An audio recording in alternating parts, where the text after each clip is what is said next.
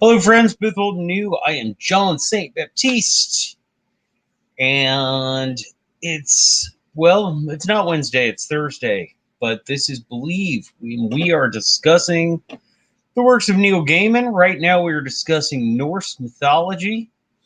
I have a guest who will be joining me shortly. She had some extraneous circumstances, so we'll be here a bit later than the beginning. But that's okay because for the past 15, 20 minutes, myself and Bron Holler, who is here today, and Forrest Blerda have been talking about the fine details about tea for anyone who drinks tea.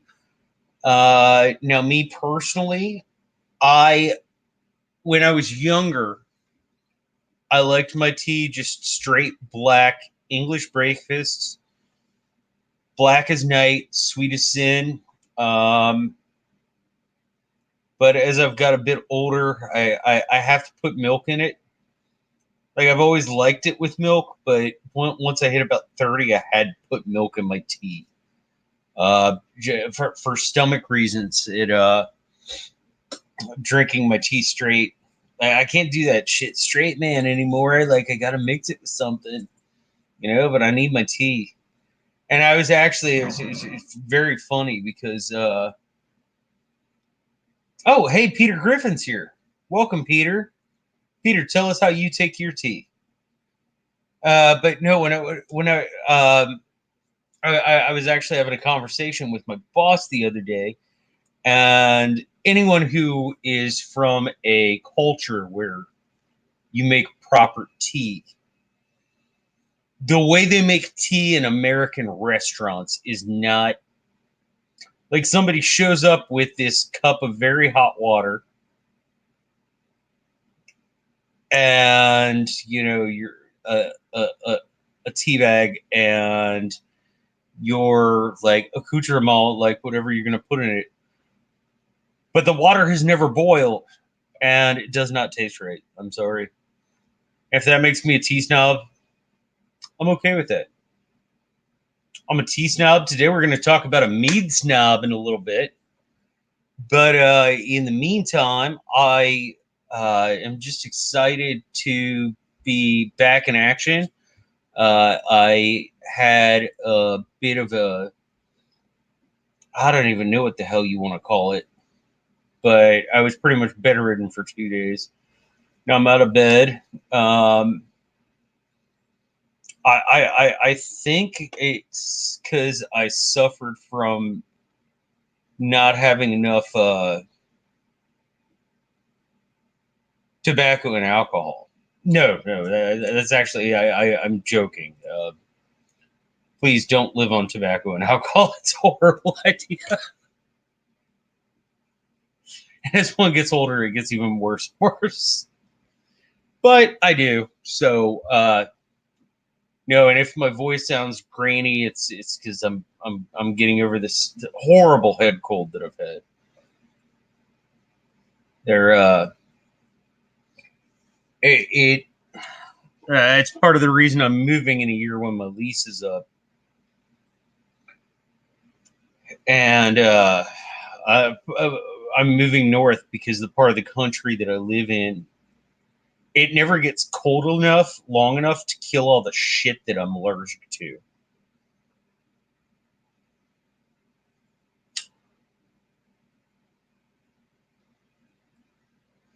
Brown Holler, you're like this, like you know, martial arts instructor. You're like and you used to live on coffee and tobacco.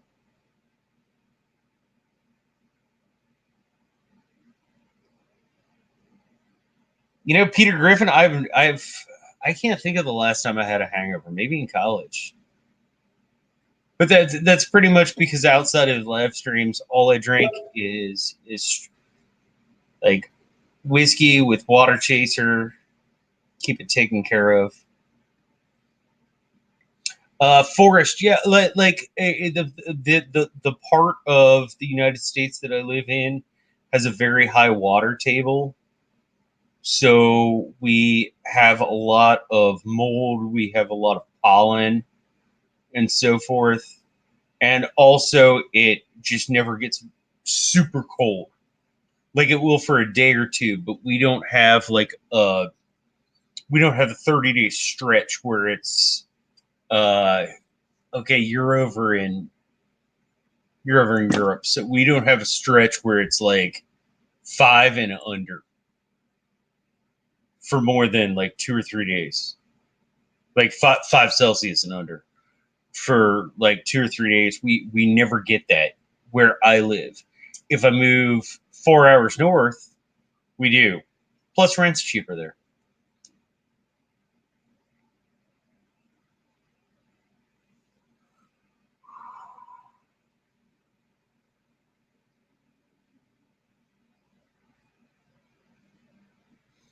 Uh, and then yeah, I also have some digestive allergies. Well, one digestive allergy, but it's pretty big and serious and major, and it'll kill me.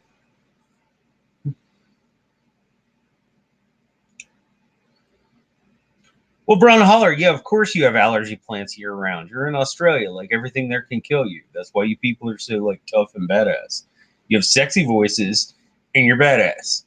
That's like what you do in Australia.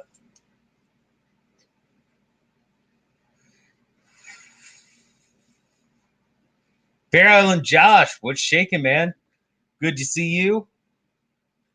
Uh, your gift, as I said, is going to be coming right after Christmas, and that's just because I'm a fucking tightwad, and shipping drops significantly right after that, and then I'll be sending it out to you. I promise. I promise. I am not going to mention said name, but there is a certain content creator I've heard of who promises uh, gifts and things like that to people, but then never follows through. And I am not that person. I'm just waiting until after the holidays because shipping's cut in half.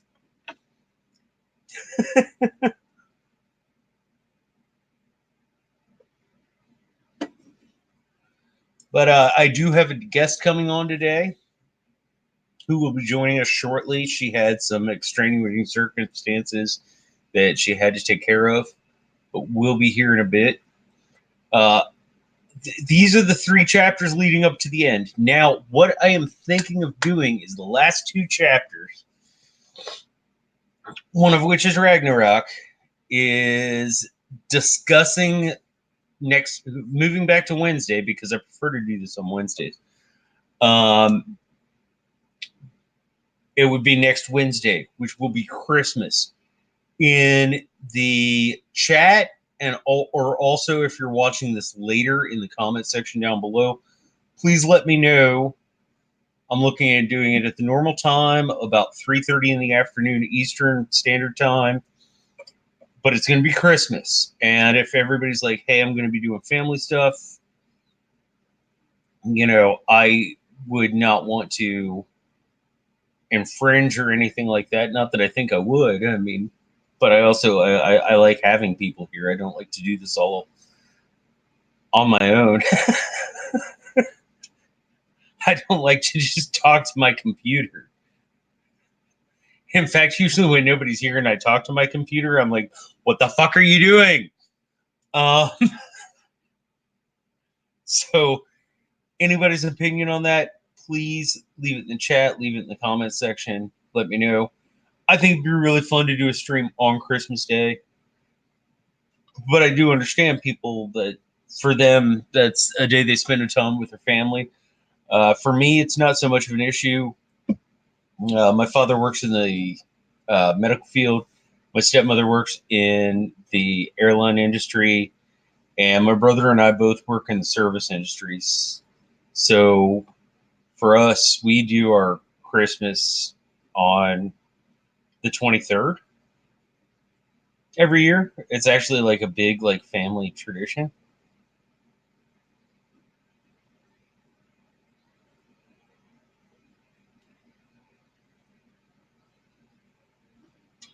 Forrest, no Christmas stuff for you. Okay. On Barrel Island, Josh says he won't be available, but you can watch the next day at work. Fortunately, I don't have to work the day after Christmas. Because for those of you who don't know, where I work is at a full service cinema. And which is I think they're all over the world now. It's like it's cinema, but you have like a waiter. You can go to a bar at the front, so forth. And the day after Christmas is insane. Like, yeah, I'd like that money, but even more so, I'd like to just have that day off. I mean, I'm a pretty money obsessed person, but not quite that much. So, yeah, you just let me know what you're thinking on that. Also, another channel announcement. We will have new music content soon. I was planning on releasing something Monday, but it's really big and epic, and there's going to be a huge announcement. And so I decided to. I was going to put it up Tuesday, but then, like I said, I got really ill. So I'm just going to put it up next Monday because I want to make sure I'm putting out proper content for everybody. But there's going to be a really big announcement, and I hope that everybody's excited about that. Also, it's going to be a huge freaking playlist. But outside of the musical content, we'll get into some of the literary content here. Now, I hope everybody's done their homework. I picked three really short chapters here this week, and I'm going to get into them.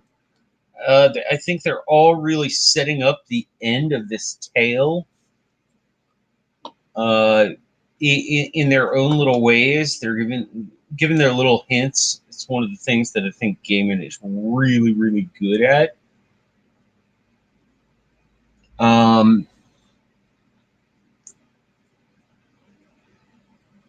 Also, by the way, another vote, please, in the chat or in the comments, let me know. I am either doing Neverwhere or Stardust next. And so far, the votes are for Neverwhere, but I do want everybody's votes and everybody's thoughts on that. And either during that or maybe in between, if I can get all of my research done, I'm going to do an episode on the mythology of Looney Tunes. Katrin C, from my point of view, welcome. Welcome.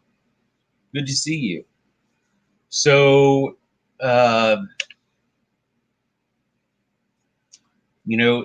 those two things, yes, please put in your vote. Stardust or Neverwhere.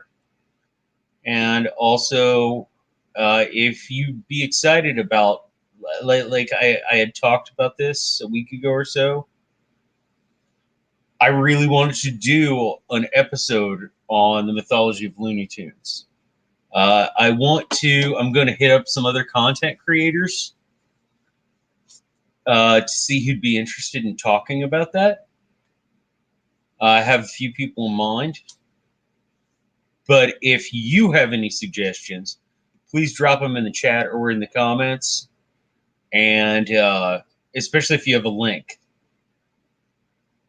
to their page, in case it's somebody who I don't know. I mean, I know some content creators, but I don't obviously know everybody. YouTube's getting about as big as like the population of a large city, so there's that.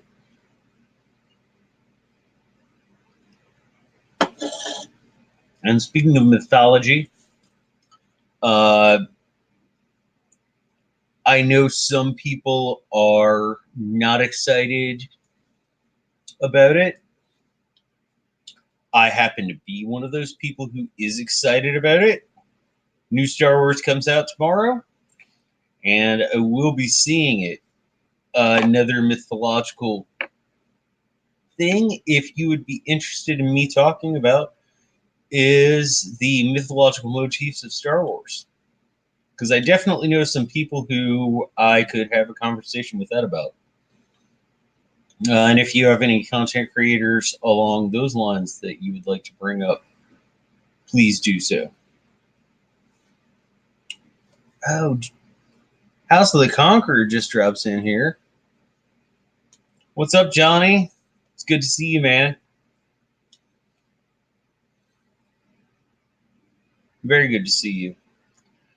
So yeah, let me know what you think of these things. But we'll go ahead and start with this first story. We're talking about Frey. Now, there's a little bit of background here. You have the Asya and the Vanya, and generally those are your two original families of Norse deities. Um, most etymologists and anthropologists have concluded that likely there was initially in these in the countries from which this mythology derives, there were fertility and uh, for lack of a better term, conquering deities, and they became the Vanya, who were the fertility deities, and the Asya, who were your more martially oriented deities. And that's why, like, Frey and Freya are not Asya, they're actually Vanya. They're children of giants. Oh, and Johnny says he hates to love me. I hate to love you, you beautiful piece of mistletoe.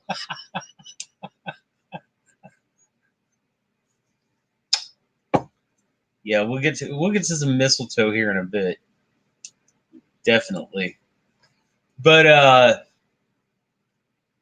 you know, you so already you have the fact that Frey is different from the deities that he lives with and spends his time with. He's a bit different. He's a little more touchy feely. He's kind of like Loki is kind of sketchy, for lack of a better term. I don't think he's any more sketchy than Odin, but Loki gets caught. We had a huge conversation about that last week. But I definitely you can see this difference of fertility deities. If you look at a lot of the symbolism that's in this story, you can see that. You can definitely see where that comes from. Oh, Sasuke's there. Hi, Sasuke. Somebody might see her soon. But you know, this paragraph right here, I think, sums it up, and I'd like everybody's opinion on it. The mortals of Midgard revered Frey. He made the seasons, they said. Frey made the fields fertile and brought forth life from the dead ground. The people worshipped Frey and they loved him. But this did not fill the empty place inside him. Now, that's a repeating concept in so much mythology and folklore and fairy tales. It's there's actually, oh, I can't remember what it is. There's a codex of the basic stories, and I cannot for the life of me remember what it's called. I'm so sorry. But one of the stories is the god who is not happy because he is lonely, and it's a repeating motif throughout a lot of mythology and a lot of folklore. So I mean, that's just how we start the story off. And we talk about Frey's possessions. You know, he has his magic boar, and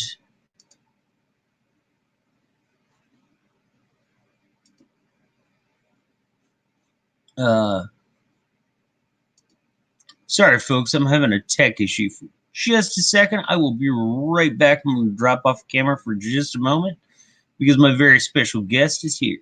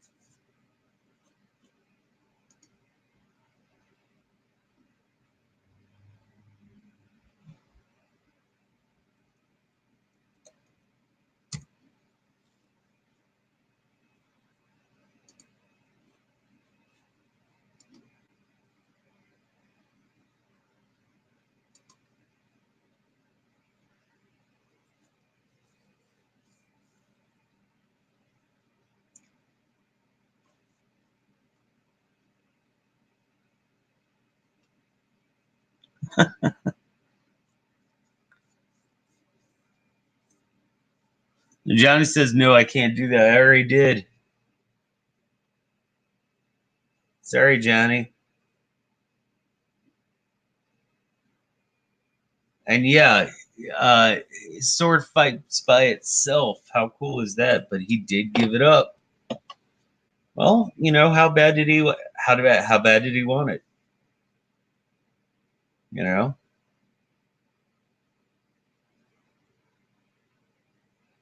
I mean, I would personally rather have a sword that fights by itself than a significant other, but that's just me. Other people might feel differently. Bronholler, your kid named one of his toy pigs Gilendeste. That is awesome. Okay, I'm trying to keep myself off the camera. Sorry, guys. So you're just gonna see this weird icon the whole time. Sorry, interrupted. Not at all. I'm waffling. No problem. Waffles sound delicious. Okay. Oh, I'm a pancake person. I don't care for waffles. It's the texture. No, it literally just got started actually talking about the story. And by the way, thank you for joining me. We have the lovely, talented, amazing, wonderful, kicks ass with one hand. I know Kung Fu. Sasuke Hello. joining us today. So I don't know how to change the icon on StreamYard so that at least you can see something, but oh well. That's all right. If you want to hide in the dark, I do that most of the time. Ask Johnny. He found my coffin once. It was terrifying. Okay. So we're talking. Oh, did you say coffin? Sorry, I missed that. Yeah, Johnny found my coffin once. Oopsies. I wasn't bothered, but he woke me up in the middle of the day. It was terrifying. Okay. So you were just at the very beginning of Yes, the ma'am. First chapter, right? Correct. So you talked about his boar with the gold bristles and how he has a sword that fights by itself. Yeah, or we're just going through all the litany of things that Frey has that he's Sorry, unsatisfied with. it it cut you out for a sec, but I understood basically what you said. So, Just the list of things that he has that he's unsatisfied with. oh, okay. And I was just talking about how that's a common motif in a lot of mythology and folklore. Did it try? Sorry, it looked like it dropped me for half a second, but I promise it didn't.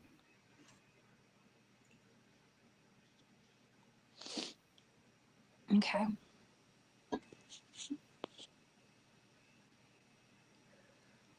Barrow and Josh says he read just the other day they're going to make an animated series of Gaiman's Norse mythology, and that Oh, would be nice. nice.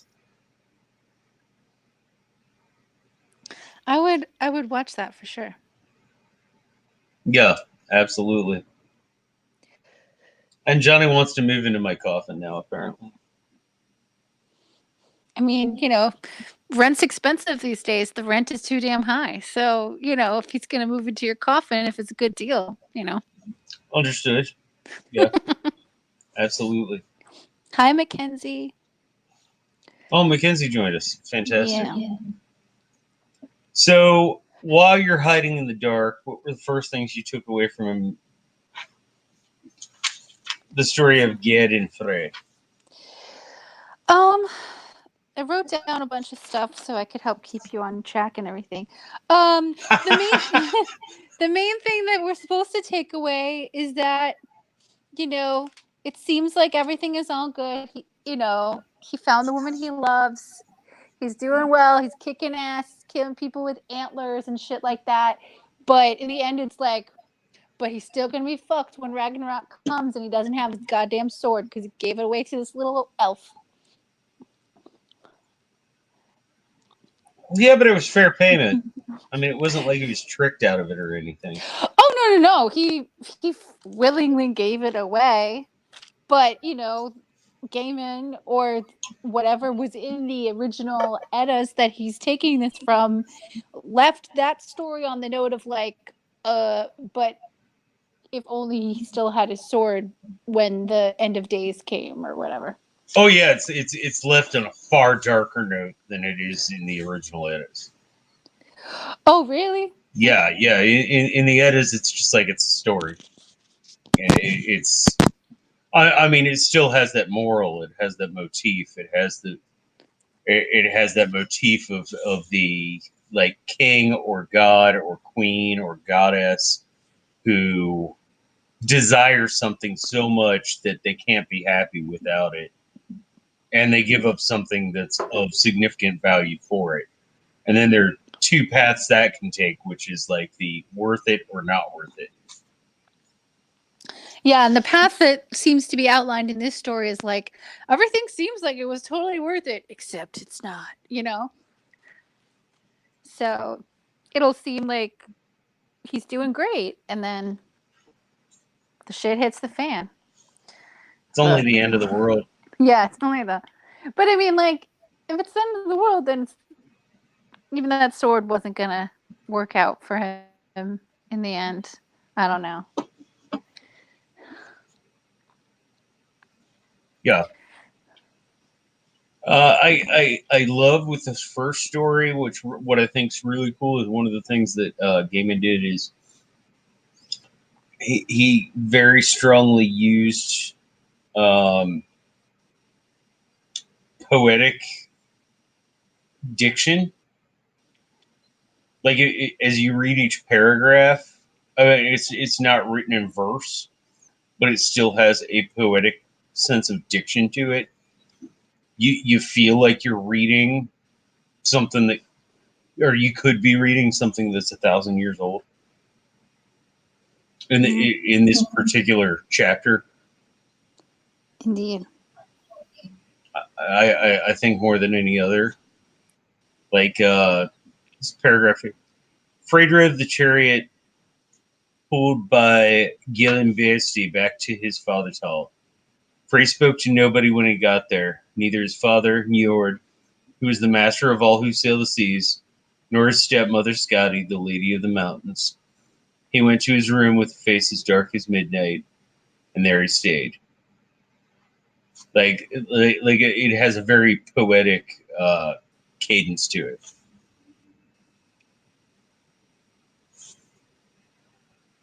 Mm-hmm. Any thoughts on that? Definitely.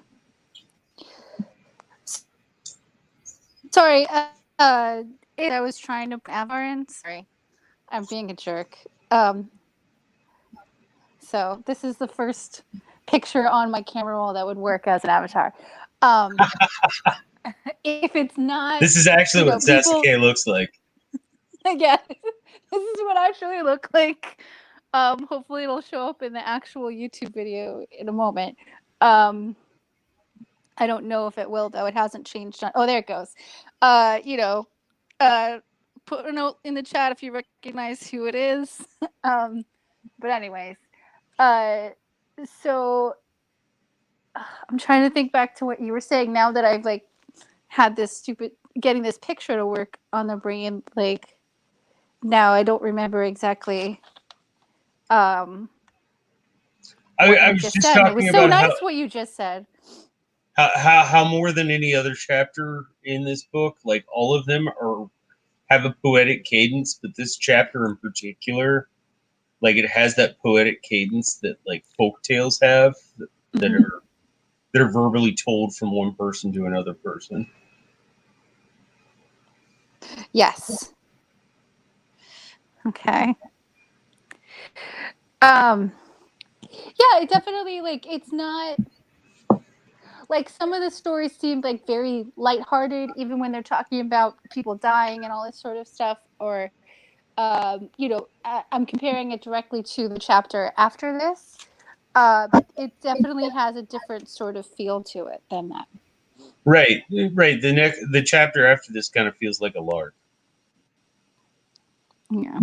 whereas this is like actually like something kind of happy. And in fact, if I remember correctly, nobody even dies in this chapter, which is weird for Norse mythology. Yeah. The fact that, I mean, people were probably dying all the time in the background, but yeah, in the end, he gets his wife. Nobody murders anyone. The light elf gets to keep his sword. He isn't killed when he goes to approach. Gosh, now I can't think of their names. Yeah, Yeah, Gerd and I didn't write down her father's name. Yeah, Hadrian. but what'd you say? Hadrian, I think is the way you would pronounce it. Forrest Blair's is here. I know Forrest it lives in a country that speaks this family of languages. So if you need to correct me, please correct me because my pronunciation of Germanic and Northern European languages is abysmal, to say the least. Um, well, no. Forrest said she speaks German, but she's not from Germany. But Katrin's here, and she's from Scandinavia. Yeah. Okay. So either of you correct my pronunciation. I know I it's just all. can't remember how it was written, or else I would do my best attempt. Unfortunately, because I'm using my phone to stream, I can't then close the stream window to open up the ebook and look it up at the moment. Gotcha. And I'm just correcting people on who my avatar is. It's not somebody from Always Sunny. It is the famed gladiator Gannicus from seasons 2 through 4 of Spartacus. Which we all know you are a huge fan of. I'm a huge fan of because it's mostly comprised of mostly nude men. So even if you don't like what's the story or the acting or the this or the that, you get a visual spectacle at the very least. But no, I enjoy the show. It's just nice that they're also like, there's a bunch of guys that obviously trained their asses off just to look right, let alone portray all the stuff correctly in the show. I understand that. I used to have a large video collection of mostly nude women, but that was when I was younger, and I think it was for entirely different purposes. Well, that's when, people didn't just go online and get all of it without even trying. That should take effort still. But whatever. Peter Griffin says he thought it was MacGruber, and I salute you, Peter Griffin. MacGruber is the best. Will Forte is the man. And I have a MacGruber magnet on my refrigerator. But anyways, oh yeah, and Bear Island Josh says I haven't seen Spartacus, but he's no Titus Pulo, or Lucius Verita. And I know who Titus Pulo is from Rome, and I can't recall if the second name is from Rome as well.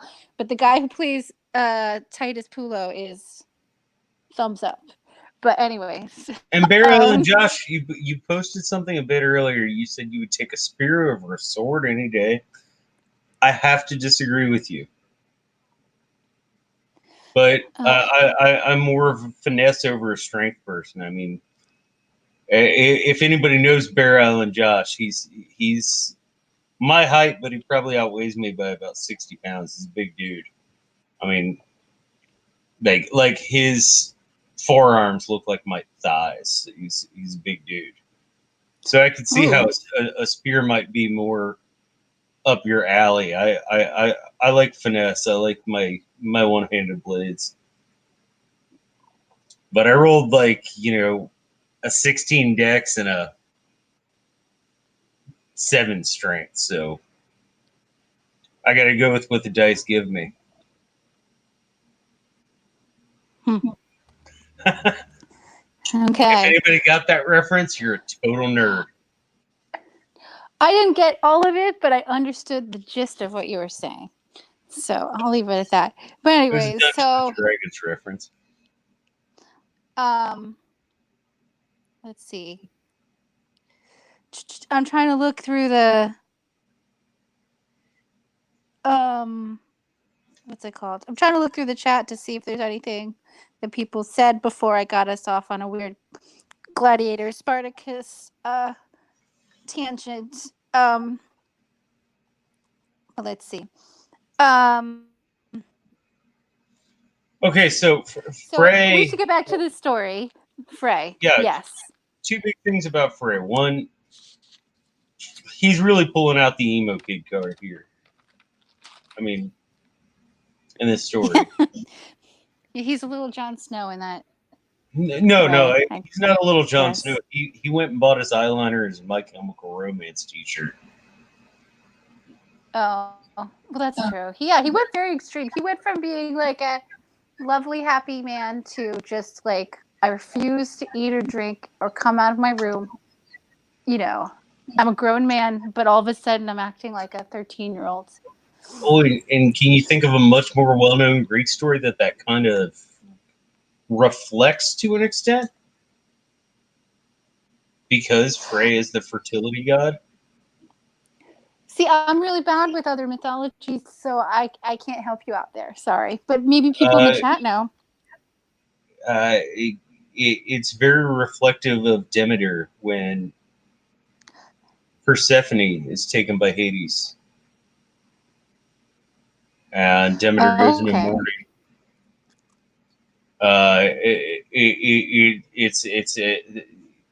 Well, for one thing about Norse mythology is it's very strange that the god of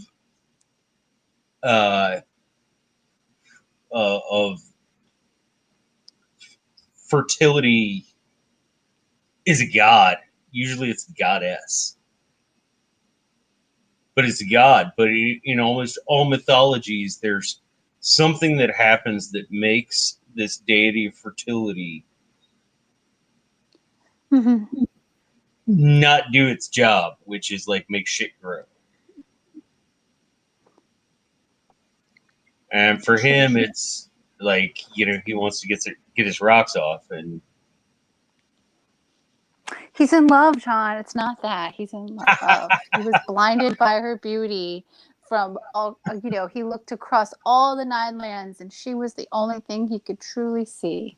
Which But gets to the other major motif of this story, which Frey even says, I climbed up on Odin's chair. And I am paying, it's another really common concept in a lot of mythology is that you pay for knowledge. Like the cost of learning something is having learned it. It is yeah, almost insane, if that makes any sense. like you're, but yeah. I mean, it goes back to the trope of like, ignorance is bliss. Like if he didn't know she existed, then he wouldn't be. Yeah, he felt like something was missing, but that's all. He just had a little like inkling in his head, and then all of a sudden, as soon as he saw her, you know, everything else was everything was gray and dark and awful without her in his life. And days that she wasn't there stretched on forever. How would he make it through 9 days? Oh, I know. Whatever. If you have ever had a teenager that you have to live around, then you probably know exactly how I Yeah. felt when I read that the first time. I'm just like, oh, come on, dude, you're a god. You're not like a kid waiting to get his driver's license. Like seriously, Mm-hmm. every day I go without her. It's just it's like yeah, it's a day. Yeah. You'll be It's fine. it's a day. You'll be fine. Yeah. I don't know. But a lot of things seemed like life and death back then, because you hadn't experienced any truly terrible things yet necessarily. I mean, some people have at those years, of course, especially whatever. But, your stereotypical teen whines about things like their life and death, and it's like you have no concept of how much your life is going to suck in like 20 more years compared to this. But I whatever. I So, what did John Mellencamp say? Hold on to 16 as long as you can. I don't know. 16 wasn't that great for me either, but at least like, I didn't have to pay for my housing and all of that. Whatever. So anyways, let's see. I'm trying to think what we missed so far. So we touched on that he sent Skirnir, his light elf servant, and he took the sword. And like when I read, okay, well, tell him to meet me on the island of Bari in 9 days, I'm like, it's a trap, But then it was fine. So it was kind of weird. And there was a little like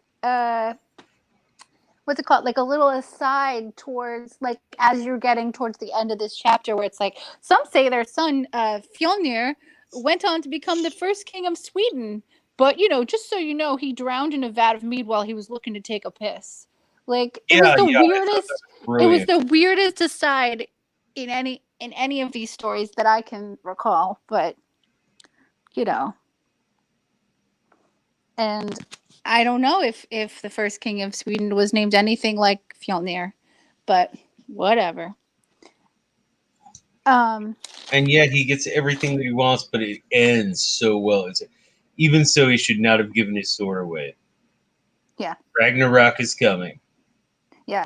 His life was That's seemingly really great, but Ragnarok's coming. Um, so should we move on to the fishing story? yes. Okay. Hymir and Thor's fishing expedition. Yes. Um, so I have a I lot love of the weird dynamic between giants and gods. Because yeah, it's because I feel like they're both magical creatures, you know. like. Oh, Well, like bless you, or whatever that was. no, that was coughing. Okay. I It ran sounded out. like a sneeze at first. Sorry. No, I ran out of filters for my Uh oh. cigarettes. That's not good. I'm sure I'm hacking and wheezing. What I should probably do is just quit smoking because it's filthy, disgusting, expensive What, habit. you don't want to like chew Nicorette gum instead of smoking a cigarette? I Because was actually having a conversation with a friend of mine the other day. I can't do the gum or the or mints the because lozenges or no, the they give you like patches. all that nicotine at the same time, and it makes me You nauseous. can't you can't space it out, and it's like that scene in Thank You for Smoking where they try to kill Aaron, what the hell's his name's character, by slapping all those, oh sorry, spoiler alert, so they try to kill him because I don't know, but they just like cover him head to toe in nicotine patches and leave him basically to die from nicotine poisoning. Cool tangent, Sarah, but anyways. I don't believe That's I've what I seen think of though. Oh, it's an interesting film. It's, oh, I can't think of his last name though. Aaron. He played Two Face in like a more recent Batman type thing. I don't remember if it was the movie or the Yeah, show. I know who you're talking about, I could see and I'm his face and familiar I with the can't think film. of I've his just not last seen it. name. Yeah. But yeah, he was like the main character in the movie Thank You for Smoking. And from what I remember, it was a good movie. So if it ever just pops up, go ahead and watch it. Um but anyways, Everybody's gonna have a so vice. I just collect them like Pokemon. like this is your current vice is your cigs. Anyways, so you were saying that yeah, the giants and the gods sort of have this weird dynamic between them where they're like they seem to get along at like a base level, but they don't, because like in many ways the giants seem more powerful than certain gods at times because they're so big, and they do have magical sort of abilities Well, much of the time. what's always struck me, and I think part of it is the amount of information that's lost, in the past 1,500 years in translation, or a loss of what little text there is, and loss of orally told stories. Is why are there these two different groups that are pretty much on par with each other? They don't. Why do they have such a big problem with each other? Like for me, is a big history buff. Like I always like to know, like, okay, so why did this country and this country declare war on one another? I want to know the why. I want to understand why. It's not just because it's this country and this guy. I want to understand what. It might be as simple as expanding one's territory, or it might be something huge like, socio-religious, political divisions, concepts, and things like that. And so I always wonder, like anytime there's a giants and gods story where there's conflict, I always wonder why they have a problem with each other. Mm-hmm. You, I mean, because it's never explained. well, there's eventually in this story, you kind of see why one particular giant doesn't like one particular god. You know, why Thor is not seen as, you know, the favorite god of when it comes to the giants. Well, because he's like this moron who just walks around killing giants. I Like mean, he and doesn't even try and not talk just to him. giants, oxen. Um, but Yeah, anyways, oxen. He rubs his uh, hammer, you know, rubs yeah, his it's not hammer and missing then anymore. Yeah. hits the cow with it. Oof, poor ox. It was his favorite ox too. Like he was very sad. Um, But I want to mention some random stuff that I wrote down at the very beginning. Like the gods first came to Aegir, the the greatest of the sea giants. Yes. Um, and his wife Ran had a net to catch all who drowned, like the dead people who drowned. But the name Aegir, it stuck out to me when I read it, but I think it's because it's the name of a song by Sigur Rós. You know them, right? Yes. Yeah, so I I'm mean, like vaguely them being Icelandic, it's very possible that I'm correct in assuming that's a song title of theirs, since Iceland probably has, you know, so much of this sort of worship of these gods in their history and stuff. But yeah, it made me want to go and look up which piece of music it actually is after we are done with the stream. Um, and then the next thing I wrote down in my notes was his servant's name was Fimafang, and I just thought that was the best name in all the stories. I just liked it the best, but you know, in the thing. yeah. I just thought it was a cool name, and I want to name something after it. But you know, whatever. This is the only time Fimafang is mentioned, Do you have a and you don't servant? really get a lot of details. Sorry. Do you have a servant? I currently don't, but I mean, you know, if life changes later on, I could always just tell them that their new name is Fimafang. I'm I looking for a doubt it will ever PA have a right now, servant. just because I'm lazy. Like I don't even necessarily need one. I want like PA slash maid, like someone to clean my house and remind me to do shit. Oh no, I know. Like in the last several years, I came to the conclusion that, you know, even though I didn't make any sort of money that would allow for this, like if I had just like an assistant to just read my emails and be like, "Hey, you have to do this, dummy."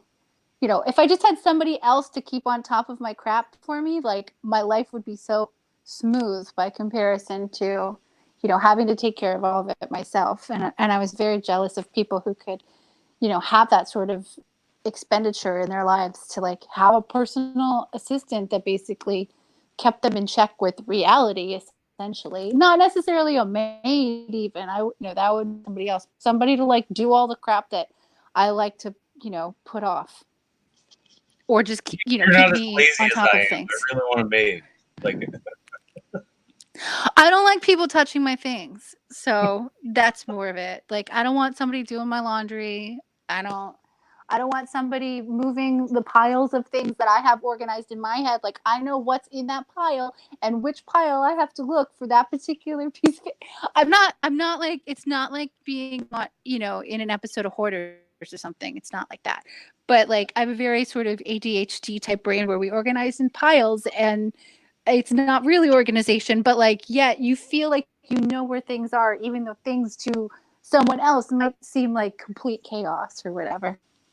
So, great. anyways, I mean, I would love a maid to like just clean the bathroom and do the dishes because I hate doing that. But yeah, I don't want people moving my stuff around. Just like if they could like suddenly like move all the crap, dust everything, vacuum everything, and then put whatever back where it was so that at least I know where it was, that would be ideal. And then I would name them Fimafang if they would, you know, I pay them a little bit more so that I could just call them something else. But anyways, so Excuse me, let's Fim get on with Fang. the story. Yeah, I just like it, and I'm probably saying it a little bit wrong, but it's the best name in the whole thing. But so when they're talking about, you know, Aegir tells them, "I will give you a feast, but in order to truly properly feast you, the one thing you need to do is find uh, a cauldron big enough for me to have ale for all of you." And so that's when Tyr suggests, like, "Hey, my stepdad is the king of the giants, and he has this, you know, really big cauldron, and we should go get it." It's like that. like your kid borrowing your car. You're like, Mm-mm. I'm not gonna loan you my cauldron. He loves that cauldron. He's yeah, he loves it. He would almost as his favorite ox that we get to see later in the story. Um, And it's terribly impractical cauldron. Like, even if you're a giant, if it's 3 miles wide, well, yeah, he said it takes like 12 giants to move it, right? it's terribly impractical. Yeah, so if it takes 12 of them, then oof. But But yeah, one of yeah, the and things then that's always struck me about Norse mythology is the just the why don't giants and gods get along? Because it's never really explained. It's just it's explained that they don't, but it's never explained why they don't.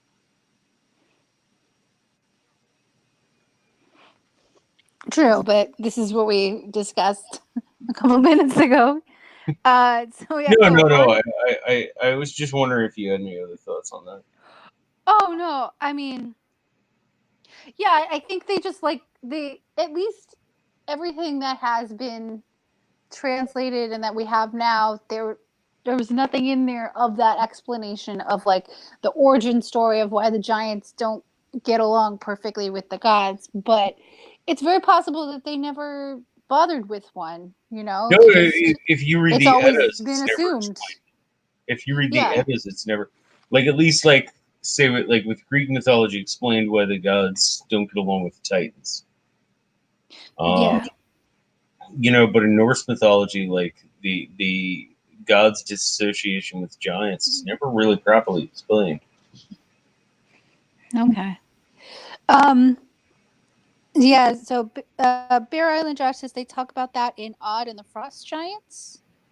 So Yeah, like a little bit, but even but that's like rather late in the story. You wonder why it's been this way since the beginning. It yeah. is the point I'm trying to make. But yeah, it's very possible that we lost the one Edda that included this information, but it's also super possible that they just left it like it is. It's always just been the assumption that they don't get along. Um, and they never wanted to bother to explain it. It's just how it Right. is from the get go.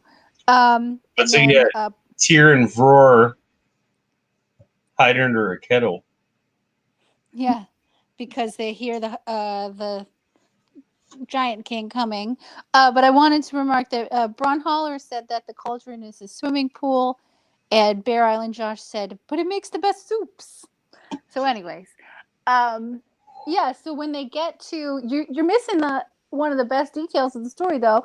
When they get to the house, they get to the kitchen, and there's a giantess with 900 heads, all of them uglier, than the one before it. And then Tira's just like, "Hey, Grandma, what's up?" Yes, and speak with 900 voices. Yeah. Yeah, later in the story it said she was singing while she was cooking, and then it sounded like 1,000 old women singing at the top of their voices at the same time. So, that's not necessarily the most beautiful timbre you could think of when it I comes love. to Oh a yeah, choir. absolutely. I love how Gaiman drops nine all the time throughout this without drawing attention to it. Because nine is a holy number in Norse mythology. It's Yeah, you definitely notice it a lot in these few stories right, that we're covering today. but he isn't like, oh hey, look at this. It's just like a little thing. Yeah, Like, oh, I have to wait 9 days to meet my wife.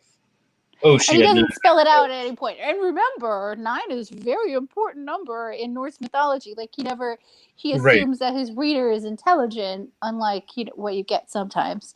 Um, but yeah, so they go and they greet Grandma, and then she says, "Go talk to your mother." Which is what everybody does, obviously. And then the first introduction we get to Tyr's mother is she's this beautiful giantess, very opposite of Grandma. But she's got the tiniest giant thimbles she can find, and she filled them with beer. And when she gives them to those guys, it's like they're drinking beer out of buckets. But it was very good beer. Um, so they hear like this horrible rumble off in the distance, and she says it's her husband coming home and to hide under this kettle here on the floor, like you said, because he's always grumpy when he gets home, and they have to hide until he's like, until he can be hospitable, basically. I'm always grumpy when I get home. I can understand that. We don't know where he was off to that day that she knew he was going to be so grumpy as well. Oh yeah, and we skipped over the detail that as soon as Thor goes to introduce himself to his Tyr's mother, Tyr interrupts him right away. He's like, "His name is Veor." Doesn't want to give away that Thor is who he's with, which we realize a little bit later with what um, what's the giant's name? The giant king, Hymir. When Hymir's going off about how much he hates Thor because he thinks that his name is Thor, and they're like, no, his name is Veor. But before that happens, he's going off saying, uh, "Oh, did John drop? Hold on, guys. No, I didn't drop. I had to get up for a moment. Oh, sorry. Like because it was so silent, I just didn't know what happened."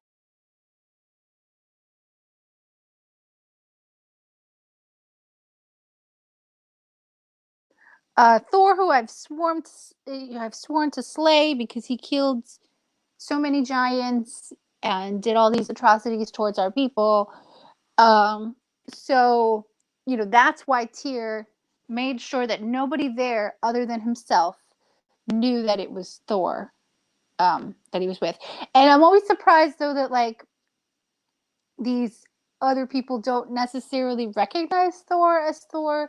They haven't heard what he looks like. They don't even realize that he's necessarily Thor when he tries to pull out his hammer later in the story, um, when they're on the fishing trip. So, you know, uh, Braunhaler says she's hangry when she finishes work. Aren't we all, man? So, that's why so many of us, when we say that we're going to go to the gym right after work so we get it done before we come home and eat or whatever, like too many of us are just too tired and hangry to even bother with like 20 minutes on the elliptical. You just got to go home and heat up that mac and cheese in your freezer or whatever. But anyways, so um let's see. So before the mother uncovers Tyr and Thor in the kitchen, Hymir, because he's so angry, especially with thinking of that, it might.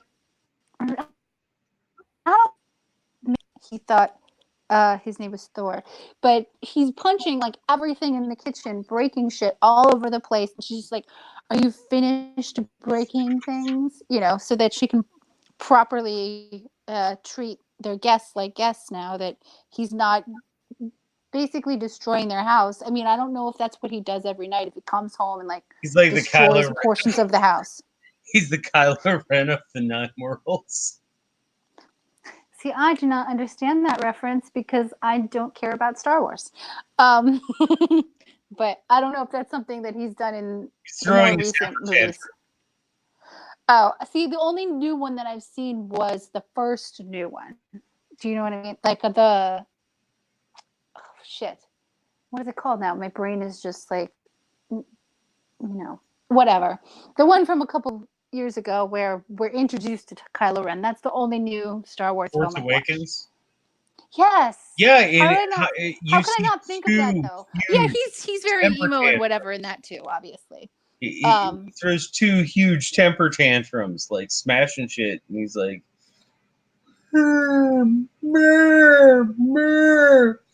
"Where's my dashboard confessional album?" I don't know. Whatever. I still like because I don't watch the movies, so I haven't been able to take him on as Kylo Ren necessarily in my head. I still, the first thing I think of when I see him is always the boyfriend from Girls. So, but that's because that's the thing I've seen him in the most. You know, I haven't seen enough of his other stuff, to be honest, even though I'm pretty sure I've seen other things with him in it. But I don't know. Whatever. But okay. So, Well, it's not so fair because if you're going to be a nerd, you cannot dodge the most confrontational fandom that's out there. which one Like is that? that's Star not fair. Wars? Yeah, I've that's never not fair. really gotten into it though. Like I've Yeah, told you guys no, all no. I'm before. just saying if you're going to be a nerd, you aren't allowed to dodge this. Like There's plenty of things to nerd out over though without having to give a crap about Star Wars. I no, can but you have to give. understand why people love it It, so much and care about it so much, well, but I I don't have like to. it a lot and I care about it a lot. But what I hate, and you and I have talked about this before about the Song of Ice and Fire / Game of Thrones fandom is it's like whether you like something or didn't like it, you don't need to be nasty to people. Well, yeah, people are dumb You know, and vent you, their weird anger in the weirdest ways, especially through the anonymity of the internet, of course. People should just get out there and hit things with hammers like Thor, I guess. But like, in a controlled space. Or I guess, this is good then. This is, people instead of being angry about their fandoms should be like Heimir and just start punching shit when they get home from work. in Japan, you can actually in Japan there are warehouses that you can actually pay. I forget what the price is, but it's like To X hit yen stuff? an hour. You no to throw plates against a wall. Oh, that's fun. See, that's not enough though for some people. There was an episode of there was a real thing that happened that was kind of like this too in real life, and I feel like they got it from this quirky show. So if anybody here is an Adult Swim fan, my favorite show of all time is called Delocated, created and starring created by and starring and there's this one episode where he comes up with this idea for this place called the Rage Cage, and he buys a storefront in like Manhattan or somewhere. I think they're in Manhattan the whole time on the show. And he just has like various objects that you can hit things with. And then there's like all sorts of things like old refrigerators, office equipment, other just lots of things that you can just beat on for however much money it costs for one session.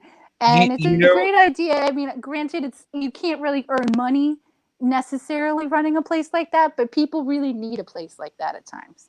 if you're not hurting somebody, like I seriously don't think that's bad at all. Like people always laugh at me, but my two forms of stress relief, if I've just hit that point, and I rarely do anymore. The older I get, the less I do. You know, but I'll go to the batting cage, Oh man, I wish there were easy to get to batting cages here. There's not necessarily a batting cage in like Manhattan that I could easily access. But and go then the ahead. other one, which I know you don't have in Manhattan, is I'll go to the firing range. Yeah, we don't have that Like, here. That like, to me, like, I don't get, but like oh, because the energy is through the gun, but like you're not physically doing all that much. So I don't get it. But as someone who's never shot a gun, I'm also not gonna ever get it. You know. put a picture of your ex on the target. It helps a I'd lot. rather hit it with a bat though. Like I would much rather use my muscles and hit it with a bat. Invisible. So Like I used to just so play everybody softball. I'm knows, good at Sasuke hitting is the things with fighter in bats. our party. I'm very short though, so I don't have a very long reach. I'm not very good at fighting in that regard. But Gimli was I short. Look mean, what he did. what happened? I said Gimli was short. Look what he did. True, true.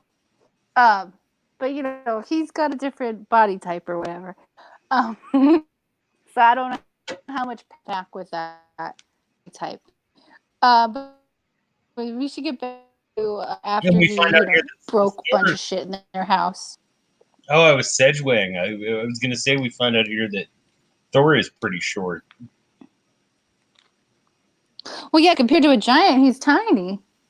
And compared to the rest of the Aesir, he's huge, right? He's muscly. Well, yeah, at Not least he's huge. something.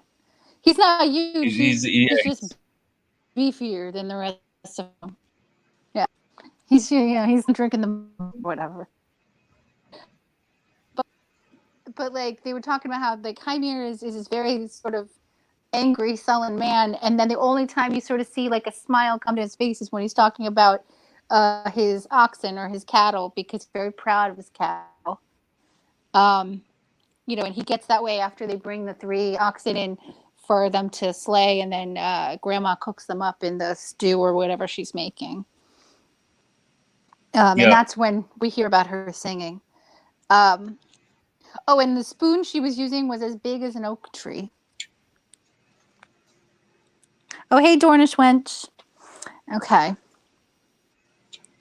oh, is Dornish here? Hey, Dornish. What's She just shaking? came in, yeah. Um, so they killed 3 oxen to prepare the food with, and then dinner is served, and Thor eats 2 whole oxen. And his reply is just like, I was hungry. But then he kind of says he's sorry and says, like, why don't we go fishing tomorrow? And I'll catch some more food for you. I feel bad that I ate, your week's worth of food, not realizing that we weren't going to eat all of that tonight. Yeah. Hey, I He got in trouble for that too when he was pretending to be Freya. yeah. Like, why Well, are you eating all the food? Gaiman's really clever here because every Thor story, like, he shows you how dumb Thor really is, and it it, it, it, I think initially ticked off a lot of American fans that like the comic books and so forth. But like, if you look back at the mythology, like Thor's really this dumb. Gaiman just like makes it more funny, like more funny than it Yeah. already was in the first place, which is pretty fracking hilarious. Yeah, he's already like not the brightest light in the bunch, or like at least, or he does things without thinking more easily than because there was the I can't remember the one story that I covered with you previously where like nobody in the story where they get Loki's 3 children from Angerboda, he's the only one who notices that nobody's trying to get the children back and following them. So like he has those moments where he isn't a complete dummy. But in a lot of stories like this one, he's like, yeah, dummy over here, screwed up again. But I don't know. Well, no, and all mythology is and folklore is supposed to teach lessons to, Mm-hmm. and most of your Loki stories are like don't outsmart yourself, Yeah. whereas most of your Thor stories are like think about shit before you do it. Yeah. And Votan or Odin is in a lot of ways like kind of that balance that he's really clever, but he doesn't overthink things to the point where what he does is ineffectual.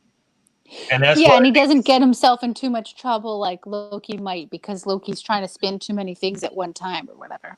right, and that's why I think he's 10 times as terrifying as Loki is because Well, of he course, but I mean that's why he's the All Father. Vata, yeah, Yeah. but Braunhaler is like Thor is a teenager. I don't know if yes, that's a reflection of how we described him or something that you said and I missed it. no, I think that's a reflection of how we described it. Oh, just yeah. Well, yeah. Yeah, he Like, seems like, how our brain isn't fully formed till we're 25, maybe he's perpetually stuck at that like 17 sort of stage. Yeah, I could definitely see that. He's still rubbing his hammer all the time. I know, well, because he's a teen. Um, those hormones are just surging night and day. But anyways, so the next day, Thor goes to meet Hymir, um, and he's like, maybe you shouldn't do this. You're gonna freeze if we go too far. You're gonna turn blue. Um, you know, but eventually he's like, okay, you're gonna come with me. Well, I'm not gonna give you my bait. You got to go get your own bait from the oxen field. Why don't you go get some maggots from the dung pile? And then instead, Dummy found the most beautiful and majestic ox in the bunch and bonked her on bonked him on the head and cut off the head and just put it in a sack. You know, Right. because that's a normal piece of bait for fishing is an entire head of an ox. But whatever. It's also Um, a great way to show appreciation of your host. yeah. Like he should have picked up on the fact the night before that the only thing in this world that Hymir actually likes are his cattle. So, but he didn't And like kind of his because wife. whatever. Kind of. Likes his A little bit. wife because his wife like knows how to deal with him and stuff. And he didn't seem to dislike Grandma over there, but whatever. He didn't like Tyr though. But it is only his stepson, so maybe they have a frosty sort of relationship.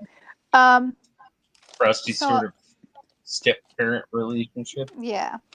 Um, I love how in all of these stories he says there's all these like step parents and this and that, and like I don't know what the term that they must have used for that relationship in the original Eddas and stuff. Like I don't know if there was a particular term that they actually used that would be translated directly as step parent Yeah, versus like if anybody out there is a little more familiar than either of us are with Germanic language, I mean, I can sing it if I read it off a page, which I'm pretty sure Brown Holler could, or I'm sorry, Sassa.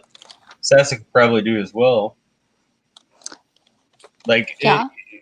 you can read German off a page and sing it, but you have no Yes, idea I've sung a what you're ton of saying. bot chorales and they sound correct, but I might not know what they were. I Right. mean, bot chorales are kind of easy to guess what it's saying because they're all about Jesus or whatever.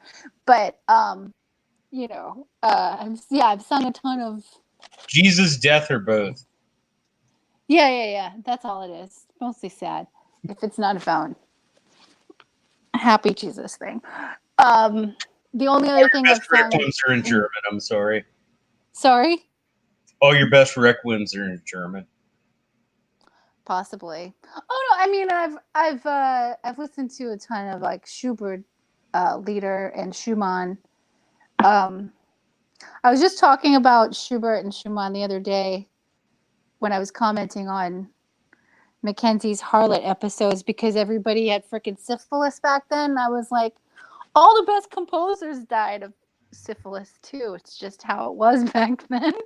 But anyways, that's a tangent, neither here nor there. But yes, so I've The sung a French bunch of German disease. or read it. Unless you were French, in which case it was the Italian disease. What did the Italians call it, though? They must have called it the German disease, then creating the wheel. I don't know. Whatever. But like, yeah, no, like Schumann was the most messed. He ended his life as like a crazy person because it was attacking his brain. But anyways, other people I think died before it necessarily hit that stage. Um, No, Mozart was pretty crazy by the time he died. His wasn't syphilis though. His was now the current theory is it's most likely arsenic poisoning because they used arsenic as a medicine back then. I thought he also had syphilis. I mean, he probably did. That was just like, but that wasn't the cause of his death. Syphilis is just always there. But he was only 35, so maybe the syphilis didn't have time to take his life yet, so the arsenic did. Uh, But no, because for a long time the theory was that it was some sort of even food poisoning that took him because they weren't ever sure what it was. Like he didn't get buried. Like they were afraid to bury him in the normal way because they thought it might have been some sort of plague or whatever situation. I don't know. But anyways, that's Mozart. That has nothing to do with this, except that he did write things in German because he, in fact, was German.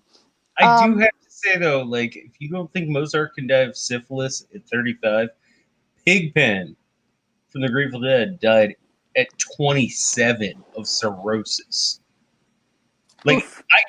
I like my booze a lot, but like it takes dedication to to die at He 20. might have had other stuff wrong with him that made him more susceptible to it too. Like for him, it probably went maybe faster if he was that young than it did for other people. But at the Or it same might have been time, a bottle of you Thunderbird know, and a bottle of Southern Comfort a day. That might have had something to do with it. yeah, it might. Okay. No, Schubert was 31. He died of syphilis. So I mean, syphilis can take you quite young. But anyways, off that tangent. Everybody out there, eat your penicillin. Or if you're allergic to Be penicillin, thankful for your eat be synthetic. thankful for your Yeah. modern medicine.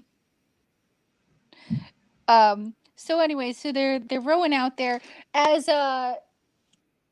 Thor comes back with the Sorry. oxen head in his sack because I want us off on the tangent. I want to bring us back. So as he's approaching the dock again with his bait in his sack, he realizes, oh, Hymir has already started rowing because he's like, fuck you.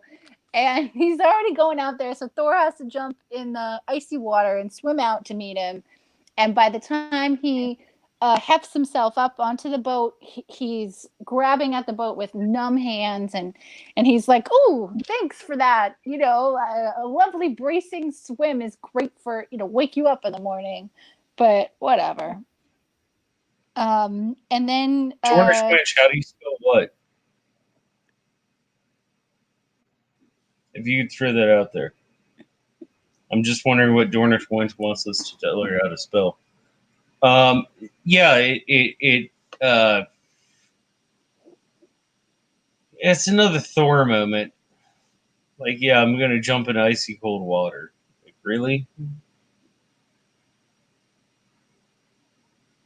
Really? yeah, exactly. Sorry, I'm trying to type in the chat, so that's why there might be a response. Um,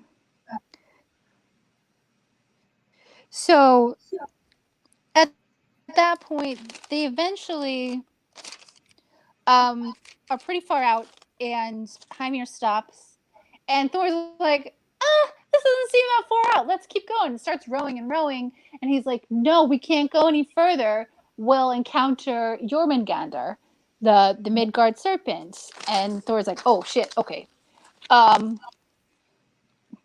So wherever they wound up eventually, Hymir puts his bait on his hook, and he eventually catches two gigantic whales. And he's using like whole large fish as his bait. Obviously, compared to what, if any of us fish out there in the chat, bait is typically very tiny by comparison. So after that, though, so after Hymir's got his two huge whales, Thor is like, "Oh, okay. So here's my bait," and pulls it out of the sack. And Hymir is visually saddened, like by the realization that it was his very favorite ox, whose head it was that Thor had in the bag. And then so Thor puts that on his hook and casts out or whatever. And with this giant ox's head that he threw into the water, of course it's gonna attract Jormungandr, the sea serpent. Right. And, And you really get the set like Thor's just a dick. Like, why would you give a shit about this ox? You told me to crawl and I mean, I get that he was maybe a little miffed by the suggestion that he should pull like the pile of shit, but I didn't need to needlessly kill the clearly the best ox in the whole field. You know what I mean? Yeah, and that's the thing, that's the thing that like as a kid always got me about Thor stories is like I understand like the whole concept. I mean, most of us remembers the Ice and Fire community. Guess right. Like I understand that you invite somebody into your house, they're under your protection. You take care of them. You're good to them. But on the same note, like I think it goes both ways, and you aren't a dick to the person who's like taking care of you. It's like, hey, I fed you last night, and Yeah, now I'm like taking you. go ahead. Oh no, I was just saying like I fed you last night, and now I'm taking you fishing, so we can eat Well, tonight. yeah, I mean, the whole story they weren't gracious to their hosts, either of their hosts. First, they're kind of like they go to Aegir's hall at the beginning and are like demanding a feast. You know, Right. if and I don't recall reading in there that they were invited to his hall. They just freaking showed up and they're like, "Feast us, bitch!"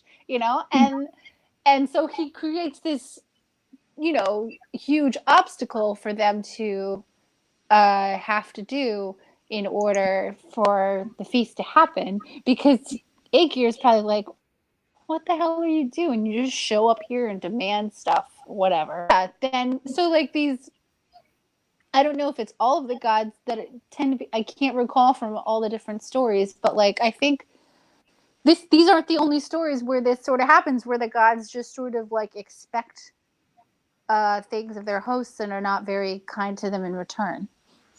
Frey's pretty polite. He just sits around and listens to My Chemical Romance. Yeah, he was too much of a sad boy, spelled BOI, in order to like demand anything. Um, and I don't know. Balder sounds like he would be a good guest. I assume before he died. Oh, Um, we'll be getting to Balder here in just a moment. yeah, but he sounds like the type of guest that people would want. Even if he was sort of demanding, they're all swooning over him, and regardless.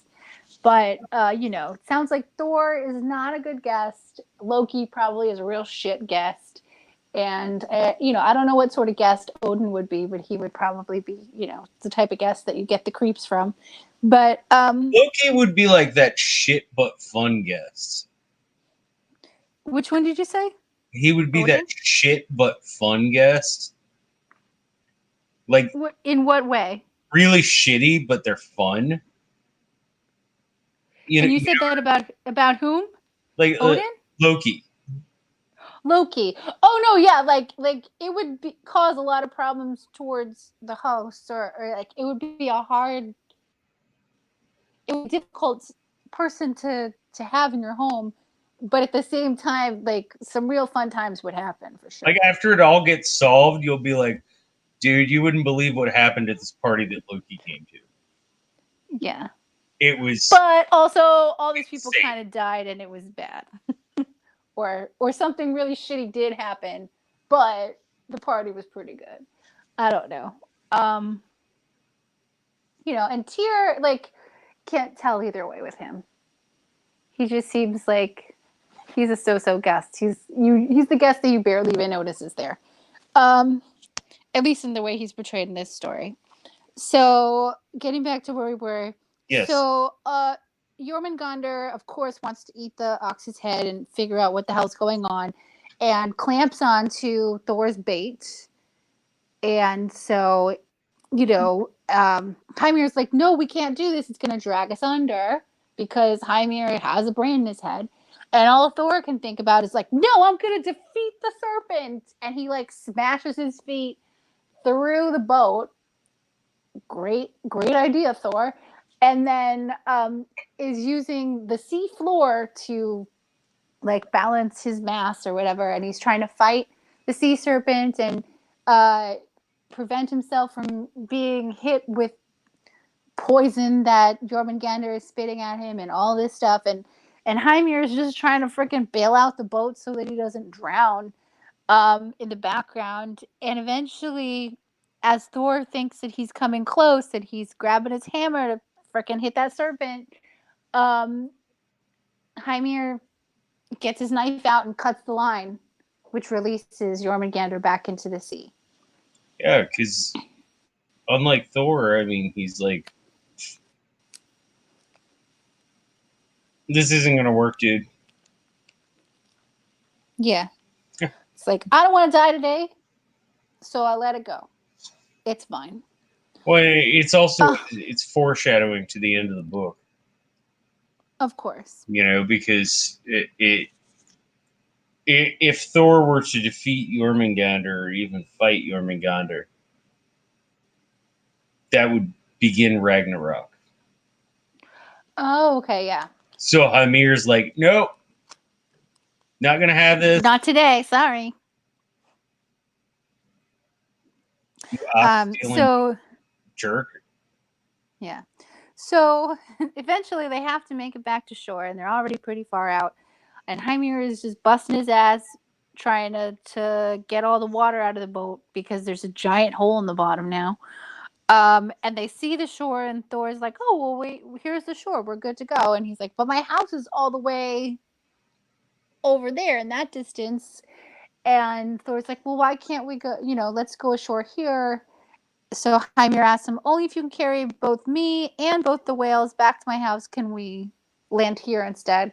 And so Thor's like, "Okay." And they land there, and Thor just picks up the whole boat with, Hymir and the two whales in it and just carries it back to the house. Like, it's nothing. It's insane.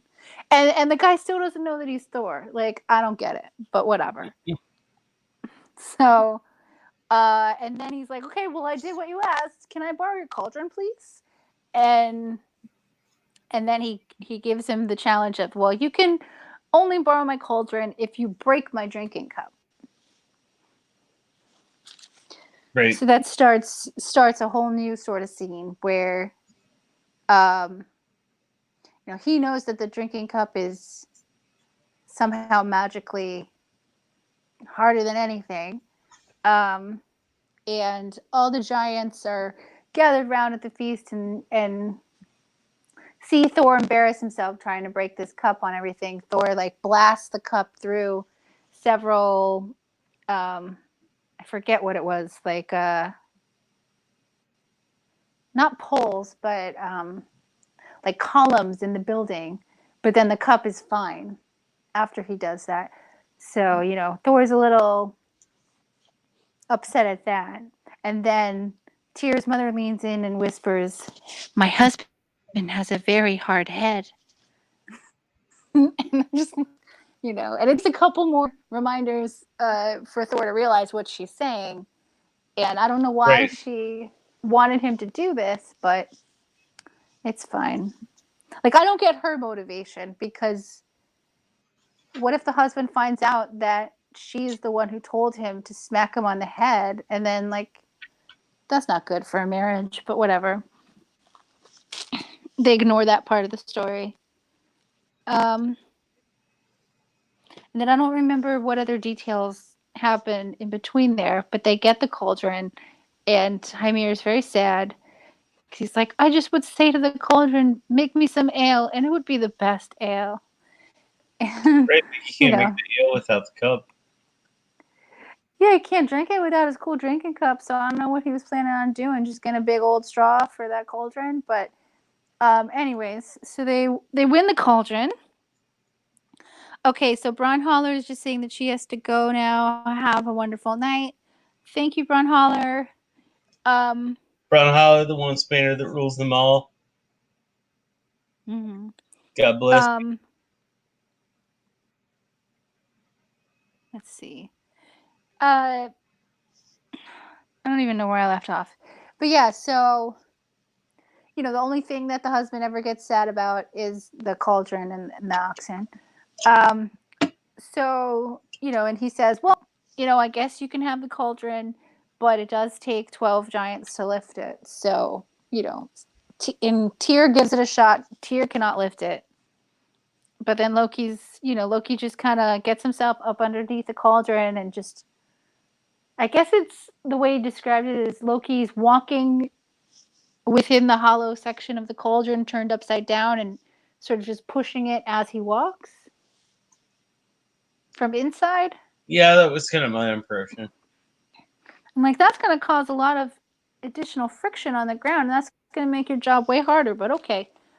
He's probably lifting it up, which I didn't pay attention to. The next thing that I wrote down was that, like, there was a problem with them getting away with it because his two goats on the chariot, Grinder is the one who had his leg broken previously, and is suffering and having a hard time running. And they notice that there's a whole bunch of giants chasing after them, trying to get the cauldron. And so Thor eventually is just like, oh, well, this is cool. Now I can kill all these fucking giants because I love killing giants. And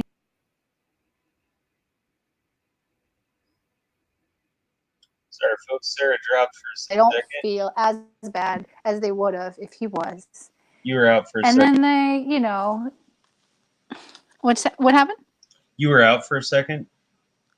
Oh, sorry. I don't know what part it skipped, but like they noticed that with all the giants that Thor killed, they noticed at least Hymir wasn't killed with all of the giants that Thor just killed. So they don't feel like they were. I get it. Sort of says maybe they would have been worried if Tyr would have been worried if his stepdad was among the slain giants, because then that would cause more grief for his mom to deal with, basically. Right. And then so eventually they get back to Aegir's Hall, and he's like, "Well, here you go. I guess we'll have this feast." And now, supposedly every fall, the Aesir go to feast in Aegir's Hall and have ale because of the giant cauldron. So they didn't borrow the cauldron after all; they just took it. Like, I feel like at the beginning of the story, you sort of get the idea that they're just going to borrow the cauldron, and For then like a day or two. yeah, and then because probably, I mean, after murdering all those other giants, though, it probably would have been a bad idea to like be like, "Hey, we brought your cauldron back. Sorry about all the murder," like. Well, But also whatever. there's how long am I borrowing it? You're not a sneaky person like I am, though. You don't think that way. I mean, maybe they were just I don't know. borrowing it with an indefinite end date. That's true. They could be still borrowing it, saying like, it'll get back to them eventually. But whatever. So And now trying to we're keep getting us. to the big story of these three. Oh, mistletoe. Yeah, this one's a little bit longer, and I didn't because I didn't want to be even later to the stream than I already was. I didn't look up anything about mistletoe and how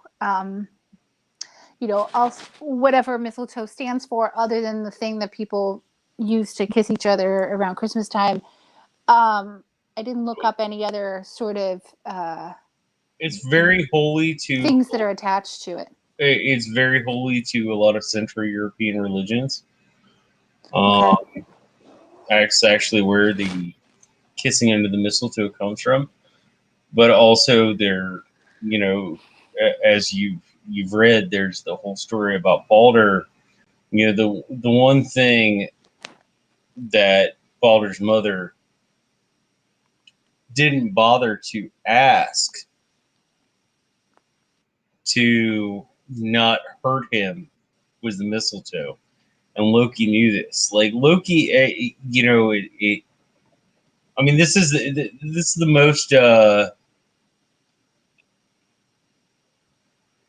This is the practical joke with the most consequences that has ever been made. True.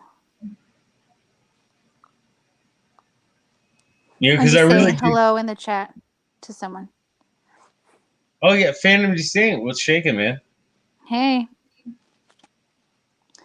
Yeah, so I mean, I feel like, the obvious comparison in this story, at least with the circumstances of his death, as far as like the one weakness is what got him, it's very Achilles in that respect, but not at the same time because it's a different idea.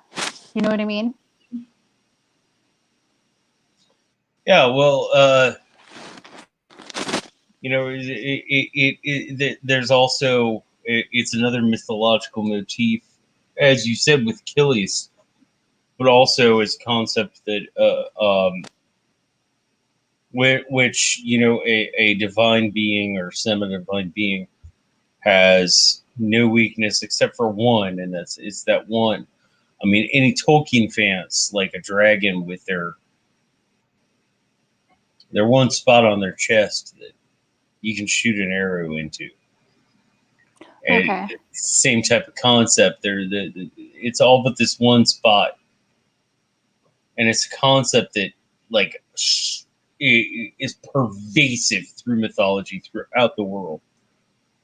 But what makes it more even ironic is that the reason that the one thing that she didn't bother to ask not to harm Balder was mistletoe, which is it's a parasitic plant. It grows on oak trees, mostly elms, some others as well, ash trees. But it's a parasitic plant. It's a type of ivy. Yeah, yeah. In the chat, Dornish Wench mentioned that it was mistletoe kills trees. So I was like, oh, is it like Spanish moss? But I don't know that Spanish moss really kills them. It just lives off of the other plants. Um, Yeah, as mistletoe someone who, can kill trees. It yeah, takes a while, but it definitely can. Absolutely. okay. But in Dornish Winch, thank you for bringing that up. But to me, always the entire point of the story has been that the because it's so meek, because it's so small. I think it's the one thing she doesn't bother to ask. Yeah, she sees it as so tiny and weak and insignificant. Right. Except that it is extremely significant. Yes. Well, also because like the whole time, I know I'm skipping ahead, but like there's this random woman talking to her. It's like, oh, well, what did you do? I went around and I talked to literally everything that could possibly do him any harm, and I got an oath from it to, not do him any harm. And the woman's like, well, did you really talk to everything? And got out of her that it was mistletoe that she skipped. Right. And she had this thought that woman seemed kind of familiar in a way, and then the woman was just gone. Like she should have realized that, like, and later on, what's his name? Hod, Father, Loki. the bald, not the bald. Balder is the the guy. Hod, the blind, I, yeah. the blind son, also feels like Loki is talking to him. Oh well, this there's something weird about this conversation. So like the whole time they had suspicions that Loki was screwing with everything, but yet they didn't foresee that if there was one thing that she left out, Loki was going to figure it out and try to mess with them, and you know he did. He was But it gets back to successful. what we were talking about a couple weeks ago. Like Loki fucks himself as often as he like You know, he he he's he's like the Coyote type of trickster god, or Prometheus type of trickster god, as opposed to the Hermes type of trickster god, or the Thoth type of trickster god. You know, he doesn't. He thinks with his stomach, not with his mind. I guess so. If that makes sense, like if you look at trickster god motifs, they're all creation deities. Like they're the crazy shit they make happen creates stuff. But Loki is like a stomach deity. These are motifs that I think it's Joseph Campbell talked about, where Loki thinks with his immediate desires. Mm-hmm. And like he doesn't think about the fact that he's setting the end of the world in motion by doing this. Yeah. Well, oh, okay.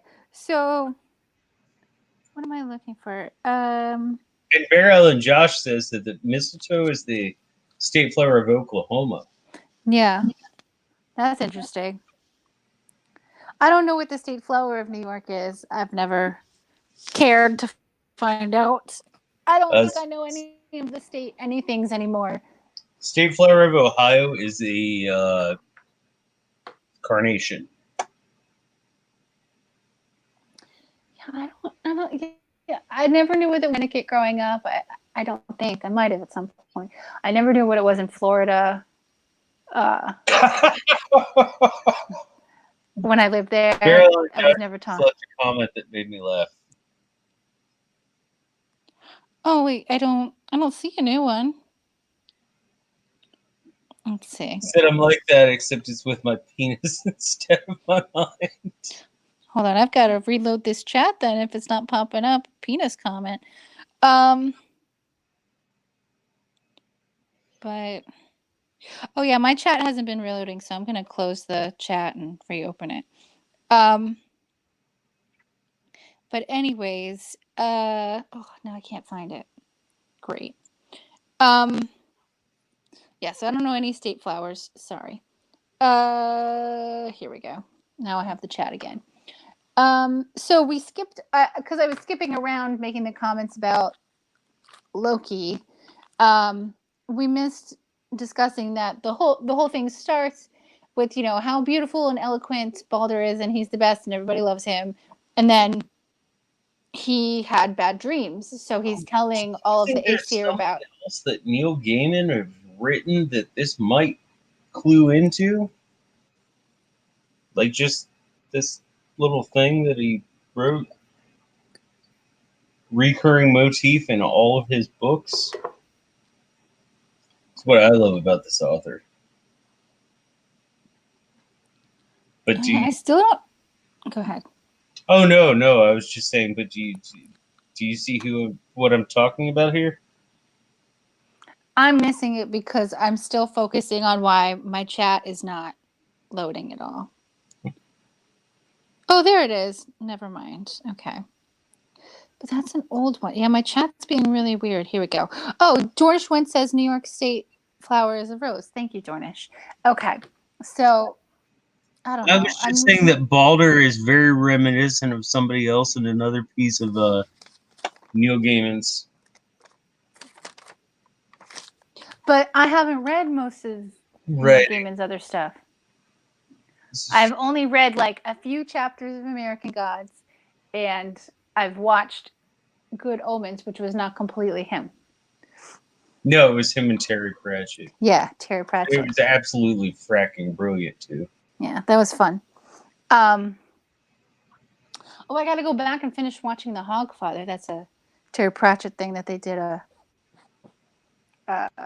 TV series of that I think is still available on like Prime Video. If you guys have it, it's called The Hogfather, and it's Terry Pratchett, so it's all weird and interesting, and it's vague. It's kind of Christmassy in its own weird way. And it stars the girl with the dark hair from Downton Abbey, if that attracts anybody to watching it. Um, but anyways, there's that tangent over. Um, but yeah, Speaking of good omens, I get to be. I was Crowley at con this year. yeah, your hair is still not completely uncrowleyed. No, this is my real hair. Mm-hmm. It's been black for the past 20 years because of Clairol Miss Black number 21 or Black number 1. Sorry, That's this the is my darkest it real hair. goes. 1. No, My I'm hair is only a 4, and I'm it's pretty really dark. the Ginger Ninja. Okay. So, but tell us who you were referring to then, because I'm not smart enough to Oh get your no, I'm not going to reference. say anything. It would be giving away spoilers. Oh, okay. So there is a Balder-like character in some sort of other, Yes. especially one particular other Neil Gaiman work. Okay. So we'll all be on the lookout for that. And but what was I saying? Okay, so Balder's telling everybody about his bad dreams. And everybody in the AC are super troubled about his bad dreams. And but Loki didn't seem to be troubled by his nightmares at all. So that was like first clue of like, yeah, Loki is still a little shit. So then Odin's like, I'm gonna help figure this out for my lovely son Balder that I love more than my other sons. So he goes around saying he's wanderer, son of warrior. He's told to seek out this seer who, is in hell at this point. So he goes to hell and he causes this woman to be raised from up from hell. He doesn't go to hell. He causes her to be raised up from hell so that he can speak with her. And she basically says, "Yeah, in hell we're all preparing for Balder to join us soon." So that's not good. And eventually she says to him, "Wait, you're not Wanderer, you're Odin." And he's like, "You're not just some seer, you are Angerboda." And Angerboda says something about like, when Loki escapes his bonds, and he's like, "Wait, what bonds? What are you talking?" He doesn't say it to her, but he's thinking to himself, "What is she talking about with Loki's bonds?" So again, that's another foreshadowing for later.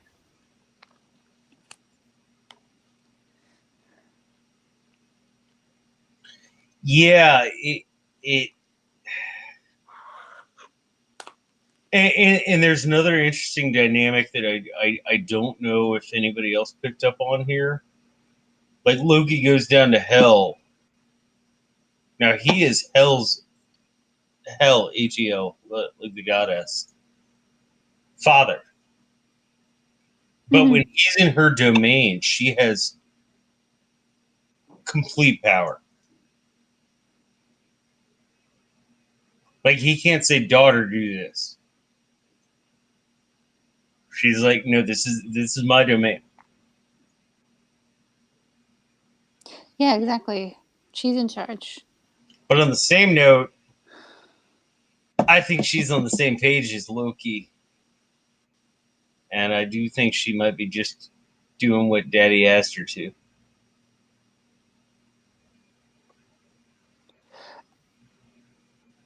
Which Oh, is with Balder, you mean? with Balder. Yeah. Like he told her of what he's attempting to do. So like, "Hey daughter, get ready for Balder, and if Odin or anybody comes seeking you out to talk about this, screw with their head some more or whatever." What kind of reminds me of in Dogma when uh when Jason Lee has his whole monologue about what it's like to be a fallen angel. You know, That it's it, tough. I haven't seen that movie in a very long time. just being separated from the voice of God is bad enough. Like, that's bad enough, but now I have to deal with all these mortals who just, like, sucked at life. Mm-hmm. And that makes it a million times worse. Especially because they're all masochists. And I honestly do believe that. Oh, good night, Forrest. Forrest has to go because it's probably like super, super late where she is. Yeah, well, it is getting kind of late. So we should probably finish this up. I should finish walking as much as I have been. Okay, let's see. Um, so let's see what I haven't talked about yet. So we talked about Yeah, Forest. him. I mean, shit. Forest, it's like 11 o'clock at night. Thank you for sticking up so late. Let's God see. bless. Okay, so we referred already to the part where just a random woman comes up to Frigg and asks her why she's not afraid of all these things that they're doing to Balder. And at the same time, Hod, who's another son of Odin who is blind, is sort of on the outside of the party, going like, I don't, I want to be able to rejoice with everyone too, but I don't get what's happening. Um, so let's see. So after Frigg gives away that mistletoe is the one thing that can kill her son, uh, Loki, goes out, gets some mistletoe, makes a dart out of it, just something nice and tiny, and he decides, he didn't just want to mess with Balder; he wanted to hurt as many people as possible. That was in the text, and I was like, oh, that's terrible. Like I never, like that was never my assumption in other stories. With Loki, it was like I never assumed that he wanted to just hurt as many people as possible every time. It was more he just wanted to accomplish a specific thing, or he wanted to mess with one specific or maybe several specific people a bit. But I never saw him as someone who wanted to like really screw with as many people as possible.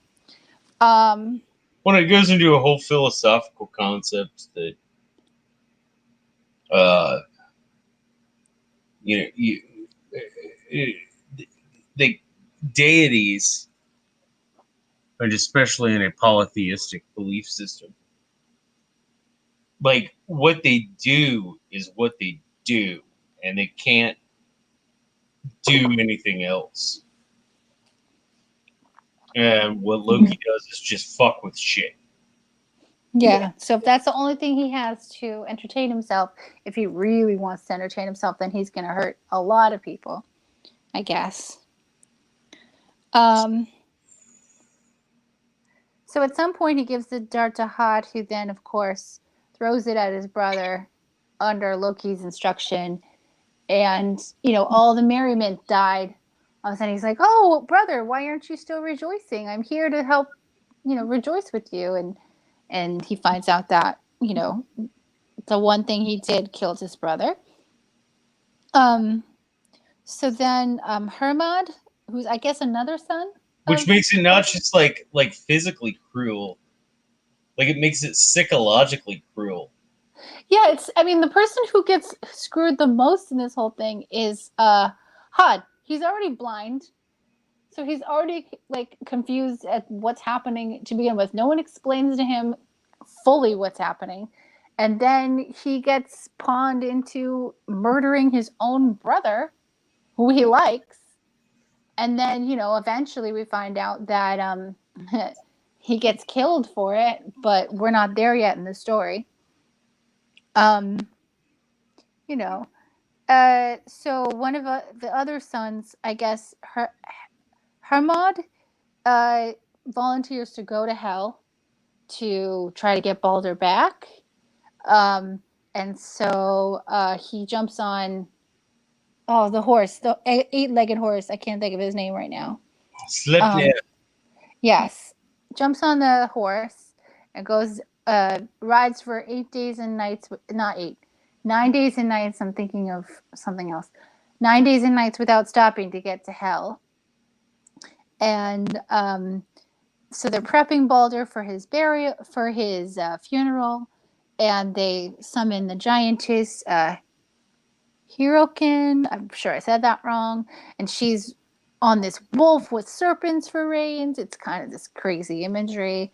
Um, and there's people from all the different not, I guess you don't want to say people, but there's people or living beings from all the different realms that are at Baldur's funeral, just proving, how much everybody loved him and everybody's mourning him.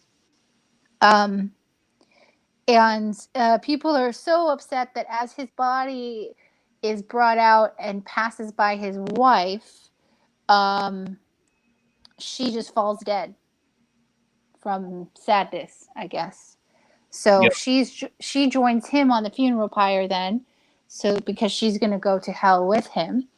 And then Thor is so pissed off at what's happening and that it isn't right and all this sort of stuff that he's standing there right next to the pyre, and there's a dwarf that comes up near him and he just kicks him into the fire. So he winds up going to hell with Balder, and I think it's Nana, right? The wife Yes. in the end. So we see him in a little bit. And let's see. And Odin even placed Draupnir, his ever reproducing arm ring, onto the funeral pyre with his son. So let's see. I don't know. I skipped around a bunch. Is there anything there that you want to talk about, John, before I go on to whatever happens next? Just that. Once again, I try and always I try and keep these streams entertaining but educational at the same time. Mm-hmm.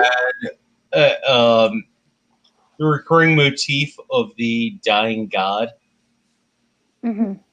and the dying god being the birth of something new, whether it's good or bad. It perpetuates throughout all religion. Mm-hmm. I can't think, this is something I've studied for the majority of my life. I can't think of a religion that the dying god is not a motif. True. And the dying god is a factor of change. And Baldur dying is a pretty big major thing. Mm-hmm. It lights a match. Pretty big match. Yeah, well, everybody's up in arms about it. Thor's so mad he kicked a dwarf, but um, anyways, yeah, I love how, like, even in this really sad scene and stuff, Gaiman gets in a nod to, like, Thor being a dummy, um, and just accidentally killing this dwarf that happens to be there. Um, so eventually we get to. I know that there's other scenes in between where Hermod is crossing the bridge, and he's questioned as to why is it so different when he's crossing the bridge, and they realize that he's not a dead man, um, and then eventually he does get to hell, where Balder, Nana, and the dwarf Leet, I think, are sitting at the table, and um, so he's trying to talk to hell about, like, well, what do I have to do to bring my brother Balder back, you know? Um, and then there's this little comment in there that says, while Hermod is away, Thor had another son with whoever, I forget, and his name is Vali. And when he was one day old, he killed Hod to avenge the death of Balder. So that shit's weird, but I don't know. There's other stuff that I'm skipping, but I just thought that was so strange that it's like, oh, and then Odin had another kid a day later, and then after a day after that, um, he the new son killed Odin's other son, Hod, who had accidentally murdered um, Balder. But Yeah, yeah, you see. Go it ahead. no, no, but I think it's very representative of the culture. Oh yeah, that the death has to be avenged anyways. Right, Yeah, like yeah, they didn't. They weren't a big culture. What am I trying to say? Their laws weren't exactly very flexible in like the true, you know, sort of like, oh, they wouldn't have had like not guilty by reason of insanity or anything like that back then. It's like you killed him, you're gonna get killed now. You know, and nobody bothered to find out if Hod was completely manipulated into um, murdering his own brother. right. So, um, let's see. So at some point though, he's talking to Hel, Hermod, and it's Hel that says like you have to get proof that literally, since you're saying that everyone, every single Everybody. thing, every single person and thing is mourning for Balder and is crying over Balder, then, if you have a way to prove that, then perhaps I can give you back your brother, essentially. And then the one thing that Balder gives back Draupnir, the arm ring, back to Hermod to give to Odin again, as basically as proof that he made it all the way to hell to talk to Balder and company, um, and that's the proof that he did what he said he did. And then so it's not just Hermod after that; it's all the Aesir are going around asking around, are you crying for Balder? Right? Right, and there's this one giant who says no. Nah, good riddance. Ugh. Just so opposite of everyone. And of course, we know who it is before they even admit it. But there will be consequences. Of course. And what I forgot, I didn't. The giantess's name is Thuk, who I forgot to write down what her name translated as. I think it was something like gratitude, or it was something very positive and nice. And then this giantess that's really low key turns around and is like, no, I don't like him. He's terrible.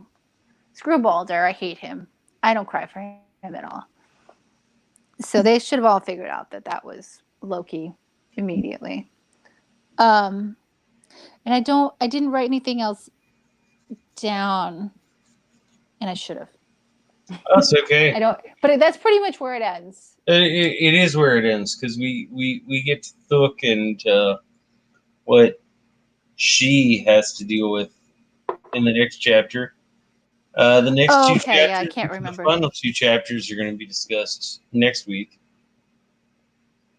In the meantime, yeah, I think we've gone through this pretty well.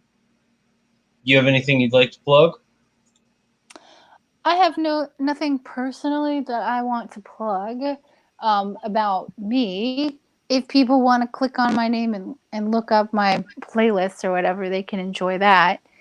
Um, I can plug things that I've been enjoying recently when I can. This might be something that would intrigue you and other people that are likely to listen to your channel or watch your channel. Sorry. The podcast that I've recently, like in the last couple months, discovered, and it's older, and I'm loving, is it's called The History of English. Okay. Um, and it's it's not a linguistics podcast per se. I do seek some of those things out, and that's how I discovered this. But I think he's like a lawyer by trade, the guy that does it, but he's so thorough and is taking us through the history of the English language and all its different influences over time. Definitely includes some of the, when I'm not at this period in the episodes yet.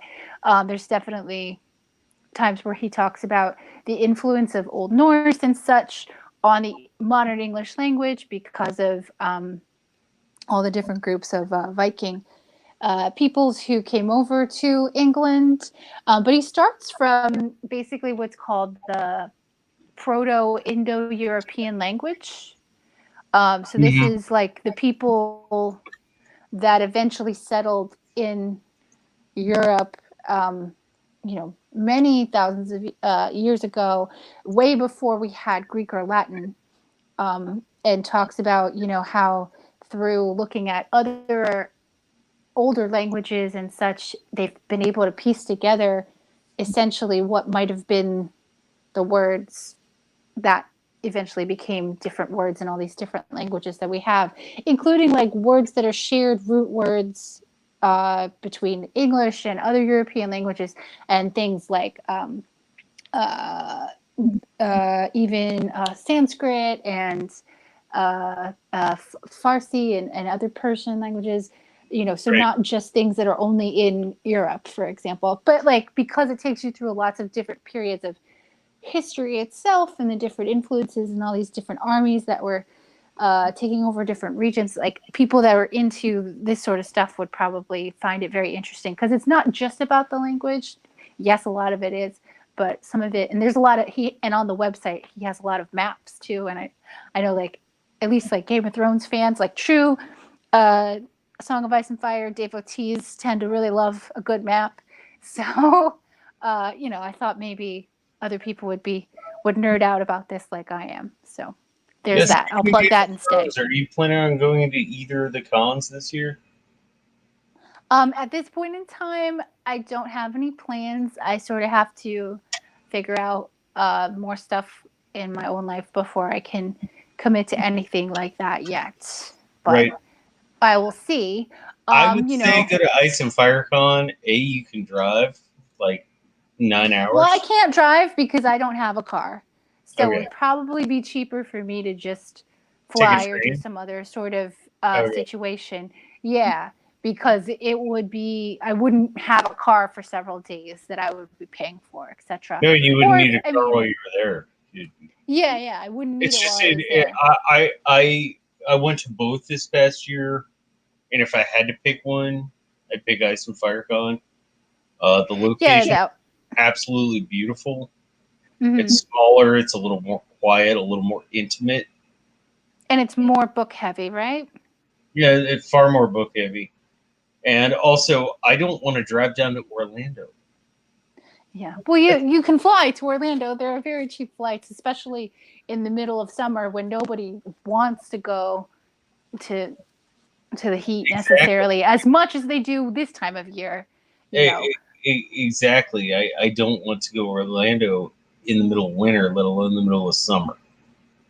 But at least, if one chooses to go to Orlando in July and you're going to something that is clearly only indoors, you know that AC is going to be on point because Florida knows how to do AC. Oh no, But that was what North Friends was this year. Like we went from the air conditioned hotel to the air conditioned Uber to the air conditioned convention center to the Mhm. air conditioned whatever we were doing afterwards.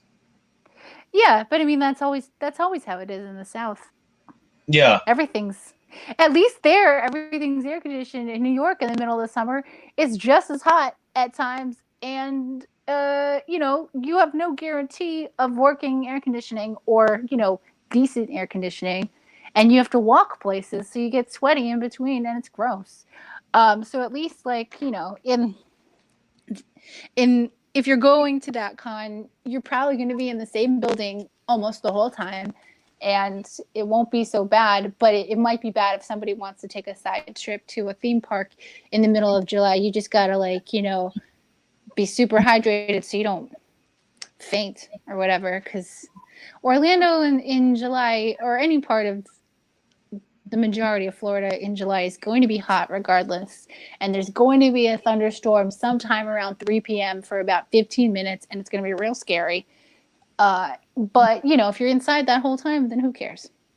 So whatever floats your boat for people, I might almost consider going to that one, just because then I can tack on a trip to see my mother in a slightly different Oh part yeah, of I Florida. forgot your mom lives down in Florida. Yeah, so I would be able to like rent a car for a few hours and I, drive from Orlando to no, that would be my mother's place. entirely understandable. I Yeah. just, being the, you know, Well, for you, Ice and Fire Con is close enough too that it's not like a huge deal to that's drive an hour and to. a half drive. So that's like added bonus versus like if you were coming from like California to go all the way to like Columbus area, right? Yeah, yeah, it's about an hour outside of Columbus. I Oh, I live said yeah, about an hour Columbus, not south Cleveland. of Yeah. Columbus, and it's about an hour east of Columbus. So it takes me about an hour and a half to get there. Okay. Yeah. So Peter Griffin asks, ooh, I know this is I'm off missing all the topic, chats. Sorry. but are you familiar with the Basque culture and the Adamic language spoken? I'm slightly familiar with Basque culture, and I know that their language, it's kind of like Finnish. It's very different from anything else. Yeah, Finnish is not. It's not based off of this Proto-European language or whatever Right, that I and was neither is talking about. Basque, and they're both totally Yeah, it's not. Even though it's far away, different. it's developed in its own way. Yeah, and there's a couple other things that he mentions at times where he's like, you know, this doesn't seem to be descendant from the same Proto-Indo-European language in the way that so many languages around it So are. basically, you're saying Finns and Basques are aliens. Could it Possibly, be? who knows? Could Finnish it be seems so cool though. Just like ancient? seeing it written out, it just looks cool. Could it be ancient astronauts? I mean, that's what a good portion of programming on the History Channel, because it talks about history so accurately all the time, is truly based on nowadays. All those ancient alien shows, but whatever. Um,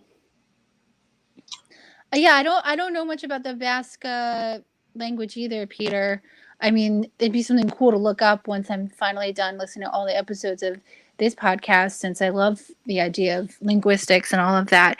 And I know that at least from the Basque wines that I've bought, I know that their language has a lot of X's in it, but that's about all I know. So, and I know there's decent chunks of people with Basque heritage in places like the Plains here, like Wyoming and stuff. There's like little Mm. snippets of people from Basque heritage that live out there, It's but just it's like probably it's ridiculous how much German culture there is where I live. German. You said? Yeah, yeah, in Cincinnati, it's Well, huge. a lot of places have like a German, predominant Hungarian. immigrant community that was there at some point in time. You know, in New York, obviously, it changes over a lot faster because so many groups came here one after the other. But like where I was from in Southwest Florida, they say that the city was founded by Scottish immigrants. So there's a lot of things that are named after Scottish families. I mean, it really wasn't founded by Scottish immigrants. Those people came there and kicked the natives around and Right. founded their current city. But yeah, so there's still a lot of Scottishy things that you'll notice in that town, but it's not super prevalent in the way that, you know, other places where there's really a lot of a certain type of heritage you would notice. Or like people of Scandinavian descent, for example, a lot of them live in like Minnesota and places like that. But it doesn't mean that you can't find people of Scandinavian descent in other parts of the US. It's just that Right. there's large groups of them that have lived there for quite some time now. But yeah, like in New York, though, you'll get little pockets of places that were like Well, the but New Upper York East is Side once had a coastal. little It's pocket of German. It's coastal, so But it's a little different. you got all the immigrants came through New York, at least who traveled over the Atlantic for the longest time, because that was where they had to come in, you know. So you have a little bit of everybody. But at one point you were talking about German communities. There's still like, it's not much of anything, but there's a little German sort of block or two in the Upper East Side, and you can still find it because there's like two places that are still there that are very German.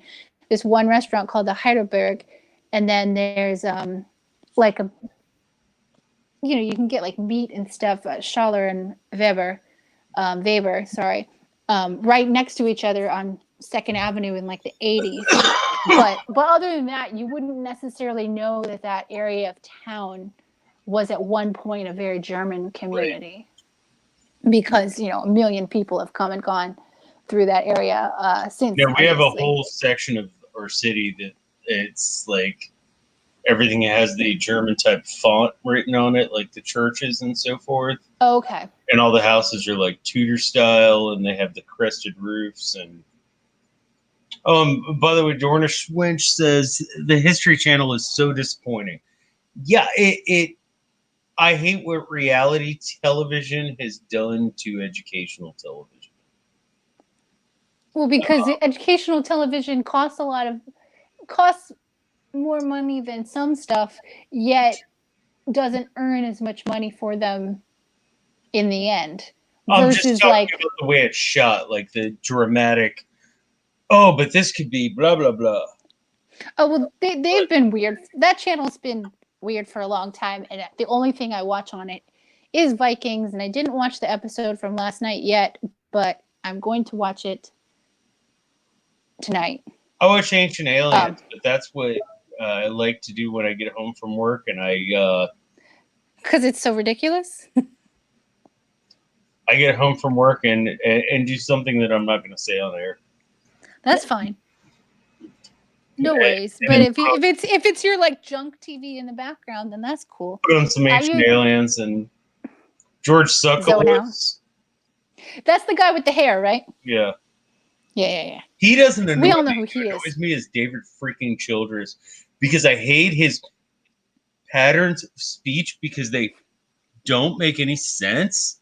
The way he talks, it always sounds like he's asking a question and you're just not sure, and you just kind of want to punch him in the face, maybe.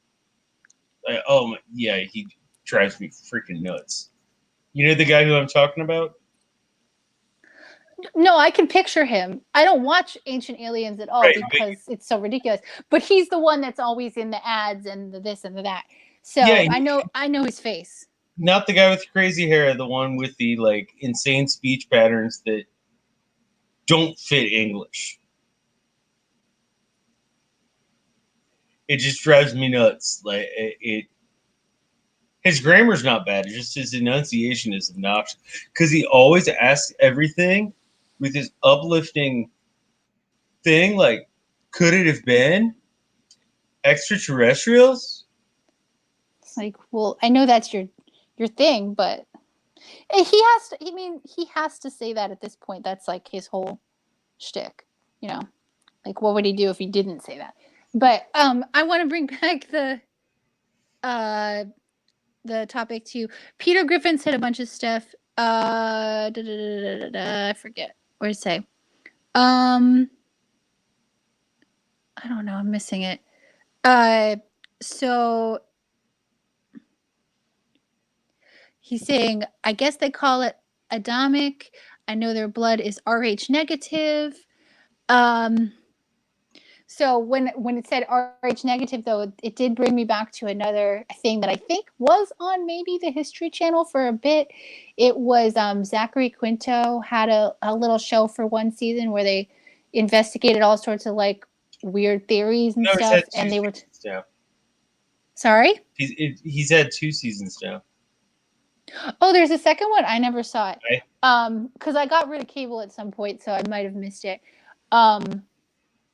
But I remember there was one episode, I think it was when they were talking about like the search for the lost city of Atlantis, and then there's somebody doing all this research on people who are RH negative, maybe.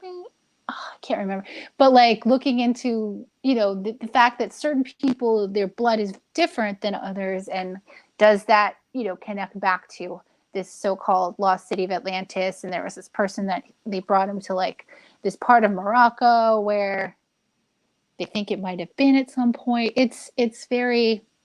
He went over several theories of what people think might have been the actual location of it, No, and and I then like but he that did too. also. The way it's put forth seems really unbiased.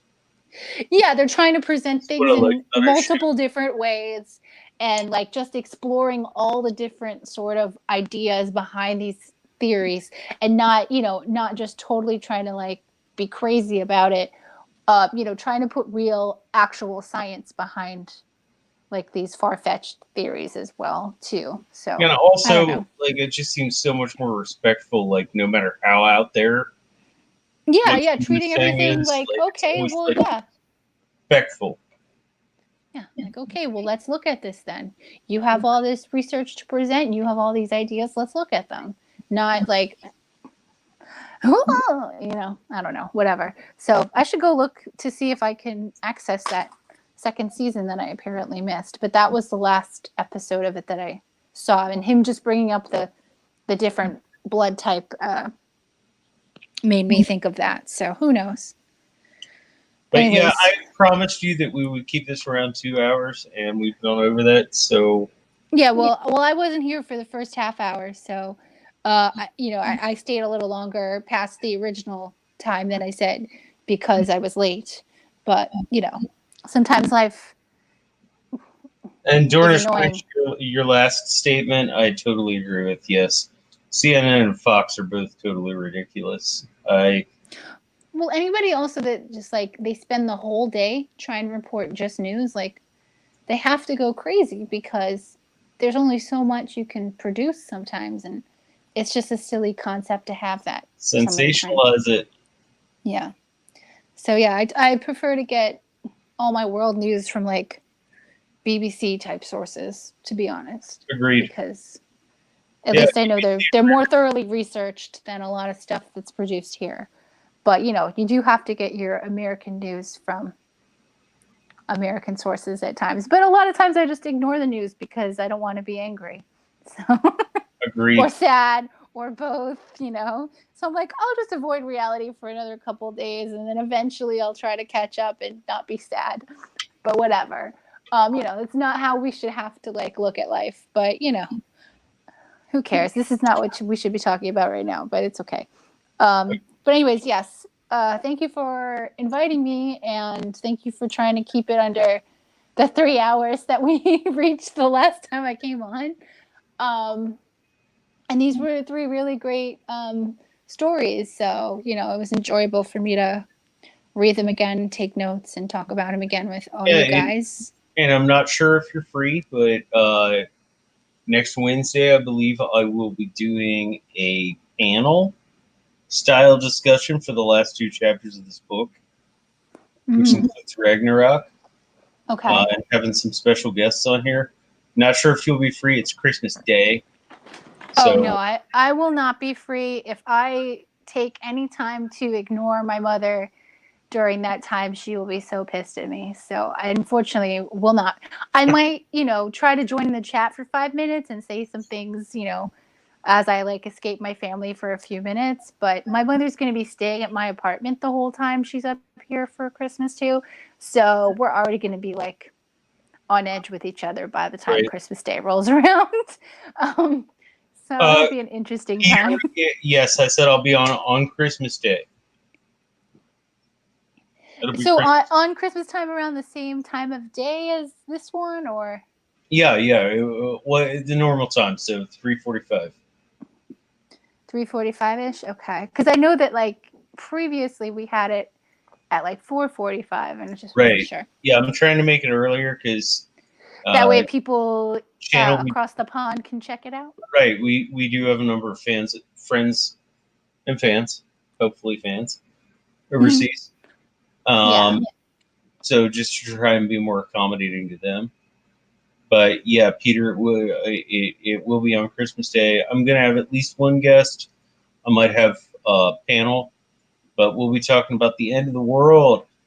I'll stick with you until the end of the world.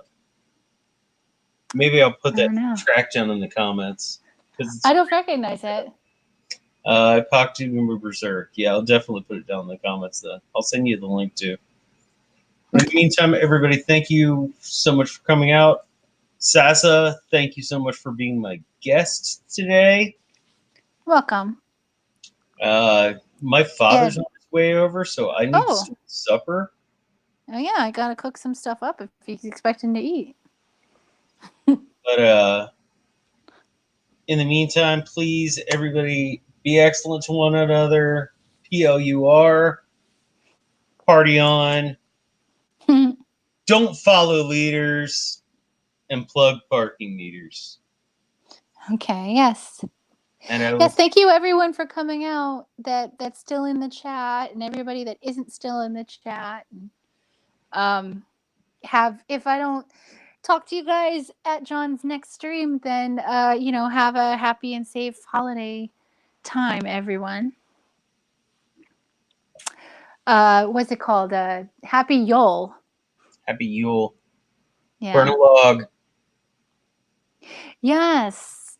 I loved getting a Yule log on the TV, at least on Christmas. All right. Good night, everybody. God bless. Good night, guys.